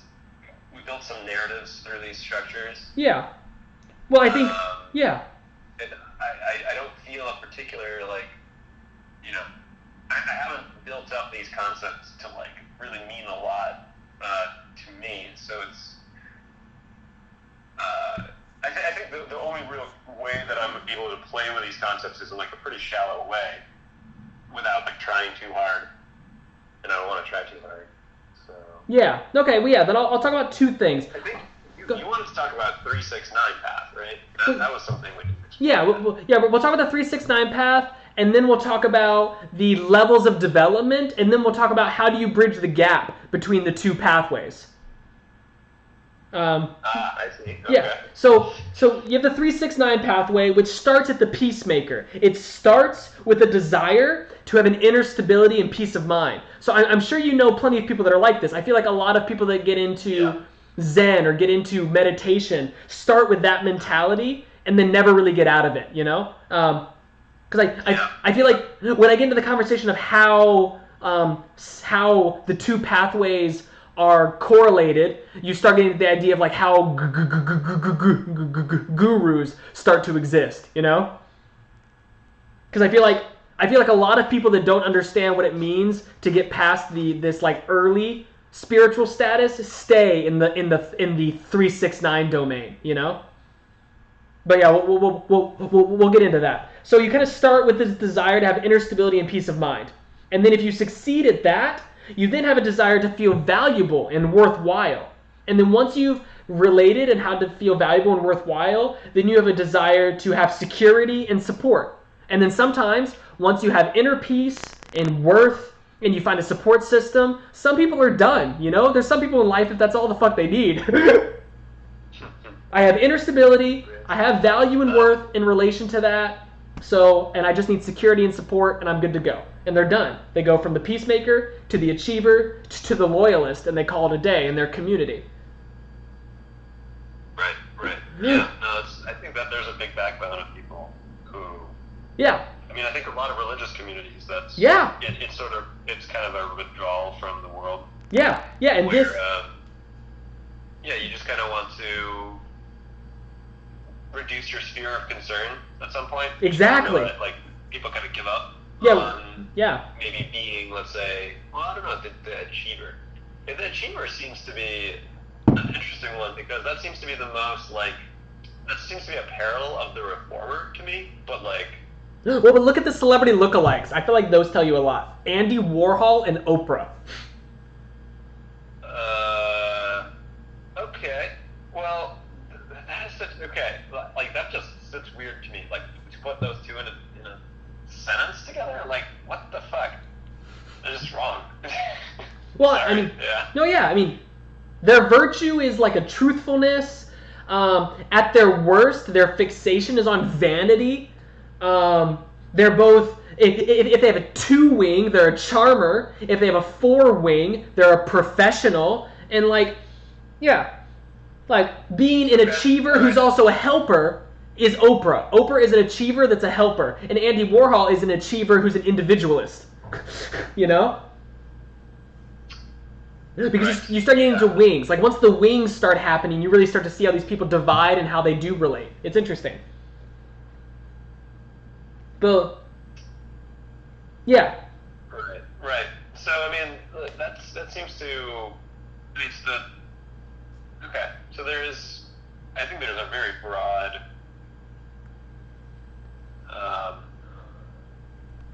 like there's a very broad space that people can enter with an achiever. I mean, that seems to not be a very limited. Yeah. I don't know. Yeah, I think I'm mostly reacting to your initial story of peacemaker to achiever to loyalist, and then you're done, like sort of thing. I mean, that's. Well, yeah, but I mean that's kind of I like. think that encapsulates a lot of stories. Yeah. And I think I'm just reacting to the way that you stated that. Yeah, it's very like closed off. Well, no, it does start very closed off. I see what you mean. Yeah, and like it's a way of starting, and then you get into so once you have that little pathway, that's like the kind of growth pathway. The stress pathway is like tough. You start with like a loss or a separation. Usually, like you lose a parent, you lose something, or separate from something, right? And then then after that you have a fear of being without support and guidance at all. And if you can't navigate that well, then you just succumb to the fear of being worthless, and then that's it, you know? Right. So you can basically go backwards through this cycle. Yeah. This cycle very clearly goes backwards in a very like potent way. Yeah. And it's wild. And so like, but then this little column is a large amount of people, and I think like where. Because you don't, so yeah, this is where I'll take a break. Talking about this map, I'll go to the other page to the levels of development, right? So there's 9 levels of development within each archetype. And so I'll start at the very bottom, which is based in pure ego. So there's 3 unhealthy levels, 3 average levels, and 3 healthy levels. The bottom unhealthy one, level 9, is the level of pathological destructiveness, like pure ego. Murder, suicide, whatever, right? So wait, we're getting down to what are these? This is I feel like we've gone through 9 concepts of, I guess, archetypes. Yeah. Now we're getting down to like motivations or action. Yeah, we're kind of on levels of development, like how you develop through these archetypes. So the achiever at its worst, feeling worthless, might commit suicide as a pathological destructive. The challenger has a fear of being harmed or controlled by others. At its worst, may become a sociopathic killer. You know? That's pretty extreme. Yeah, well, I'm just. Extreme. Well, yeah, but that's when it's pure ego. It's a level of pathological destructiveness. Then I put all this on the other piece of paper I sent you. It's on the tower on the far left. But then level 8 is the level of obsession and compulsion. Level 7 is the level of violation. Then you get into more average categories. Level of overcompensation at 6. Level of interpersonal control at 5. And level of imbalance of social role at 4. Then you get into the healthier categories, which is the level of understanding your social value in that archetype. Then a level of psychological capacity, which I took as meaning understanding your archetype as well as you can within that sphere of existence. And then you get to level 1, which is the level of liberation, which is the level that lets you move on to a different level. It lets you grow. It lets you move on to a different space. So these archetypes are not meant to be who you are, but just a transitory space of where you're coming from or where you could be going. And it's funny because they represent the trajectory going from pure ego to pure presence and freedom. So it has this very like Zen-like thing kind of poked in there at the end. Yeah, the liberation, because they posit that as being egoless, as pure like, presence. Yeah. That's that just aligns with Maslow's like actualization, all the positive psychology stuff. Yeah, about actualization. Yeah, which what I like about their system is that the level of liberation to be present isn't a goal in and of itself. It's simply the facilitator that lets you move on to a different circumstance. Because once you've reached the level of liberation in Archetype 5, that's when you really move on to Archetype 8 as the challenger, you know? When you go from the level of when you get to the level of liberation as a challenger, that's when you finally become a helper. You know, these kinds of things. It creates this kind of like level of where are you within this space? How do you then move to a different part of that space, etc.? I see. So this is sort of like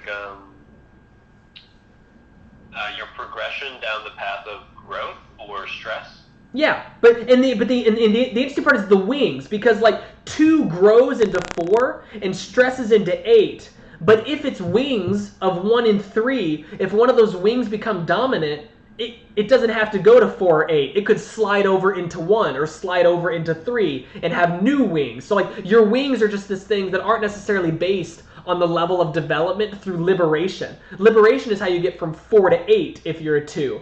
But if you're a 2, you could just become more like a 1 or become more like a 3, depending on your circumstance. If you're a 2 who's a helper, and you get the idea that what you're sharing and helping with is worthwhile, you may just decide that you are good and you have integrity and that you're balanced, and you slide over into that more so than being a desire to feel loved. You just say, oh, I'm helping? I don't really want to feel loved. I want to be good. And so you go like that. Or you could slide into the desire to feel valuable and worthwhile, which is different than feeling loved. And so you get these. So being a helper, you could slide in to a 1 or a 3, not as a progression pathway, but as like a shifting of the focus of what your desire or fear actually encompasses.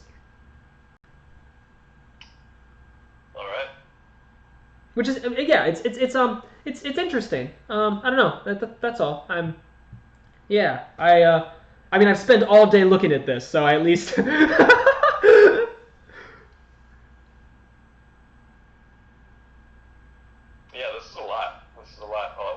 Yeah, and I kind of summed it up. I had a Spinoza quote, oddly enough. I had a Spinoza quote on my sharing page yesterday that says, we know not yet what a body can do. And I think that this map is literally just experimentation on the body, and I'm really pleased with that. Because these clearly aren't the only ways to exist, but taking these as departure points, if you choose to experiment on your bodies in ways that engages some of these archetypes, that's going to have results, you know?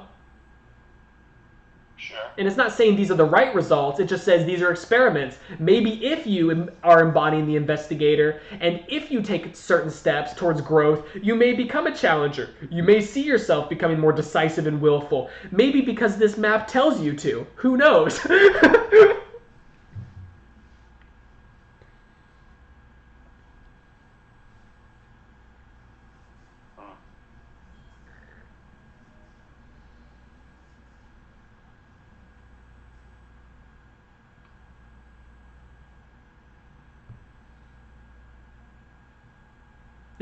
I liked the challengers. I think what I'm trying to like process is how this is probably one of the first like stages of progressions that I've seen that produces loops. Yeah. Yeah. It was really lovely. So in a sense, like progression is infinite. Yeah. Exactly. That's like, on the one hand, it's like does not feel as satisfying as a system where it's like it's a linear path from like some crappy down and out place. You're just a shitty monkey to some enlightened god monkey.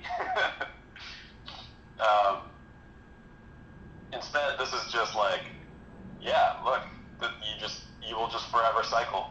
You will forever be cycling between, growth going out and into stress. The world, helping out, and then having different needs and reacting to those needs, and then just evolving in different ways. Yeah. So that is interesting to me, and I think I do like that. That seems to be more correct to me in a way. Like it sits right. Yeah. Because it does seem to capture how like even very developed people still continue to develop. Yeah, definitely.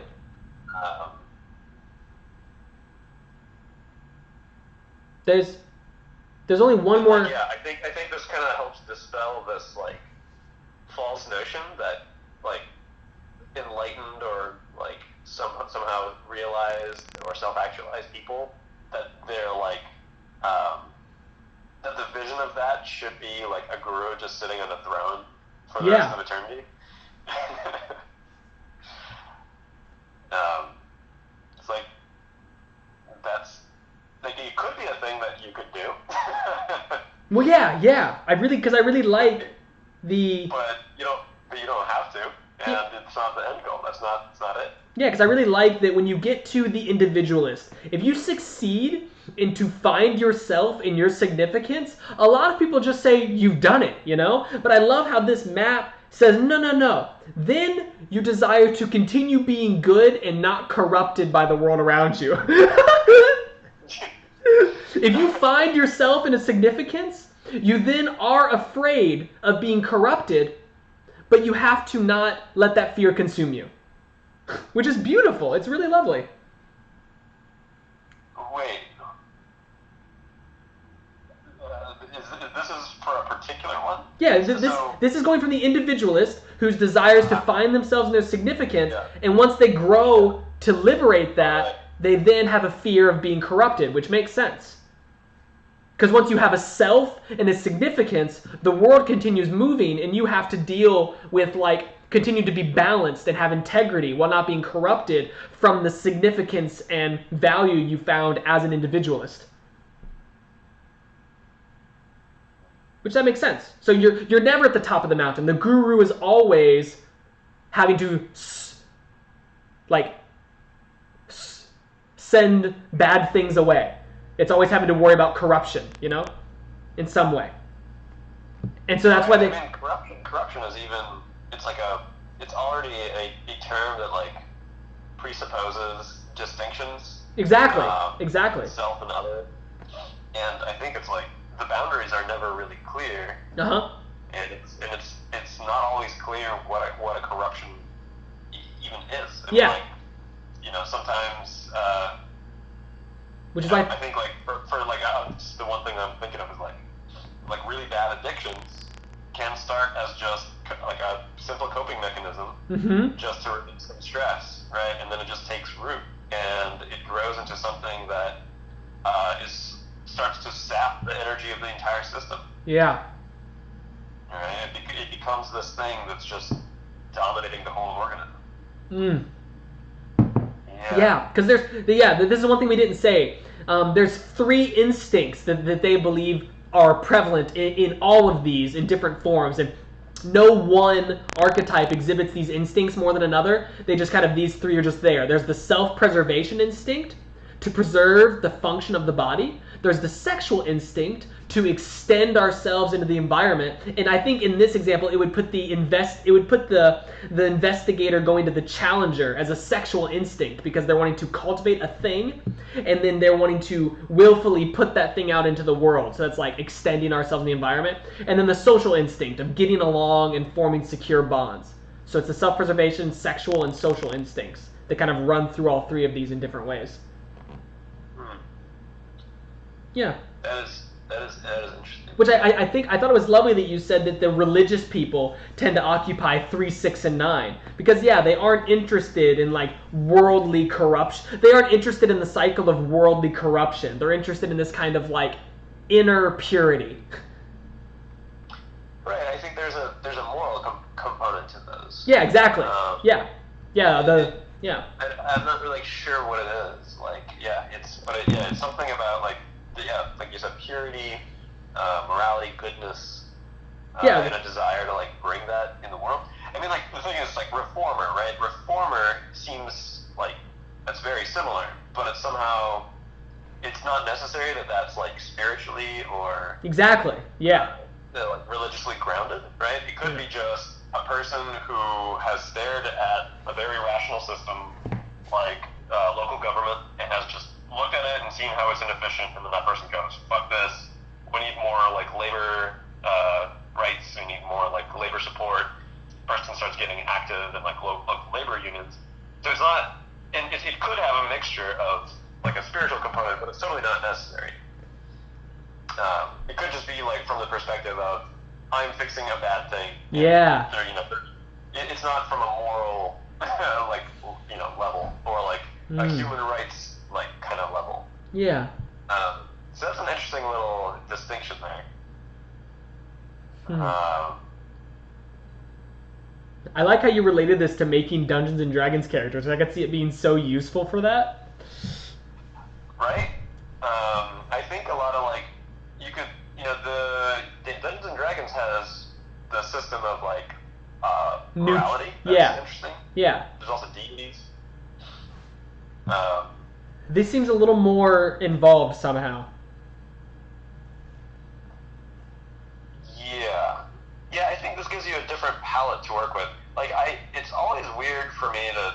It actually has been kind of weird to me in D&D to like have to choose my like morality alignment already in the beginning. Yeah, that's tough. Because that is like such a strange axis to choose on. Like, I am evil, so it's like I don't give a shit. It's like I don't give a shit about other people.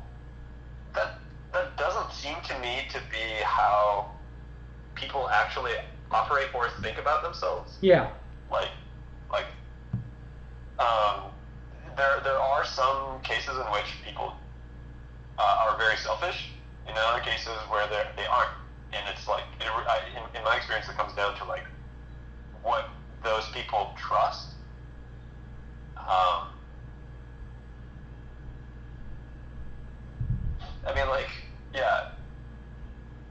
Maybe it's a fantasy setting, so you kind of need these classic villains that are just like, necromancers, Voldemort, just person who just wants to destroy the whole world. I think necromancers are good people. They have morally good causes. Doing that sort of thing. What's that? Necromancers have morally good causes. They just want everyone to be alive. Unalive. Undead. Just undead. They just don't want anybody to be dead. That's all. That's beautiful. Dimitri, we have 5 people on the stream right now, and none of them are talking. How does that feel? That feels kind of nice. Yeah. I hope you all are having a good time. Yeah, what's up, guys? This is me and Skeletov, just chilling. We got 1 minute left on the stream, and this has been wild. We're going to hang up on you in a minute, stream, but we're not going to hang up on each other, because Skeletov and I are forever.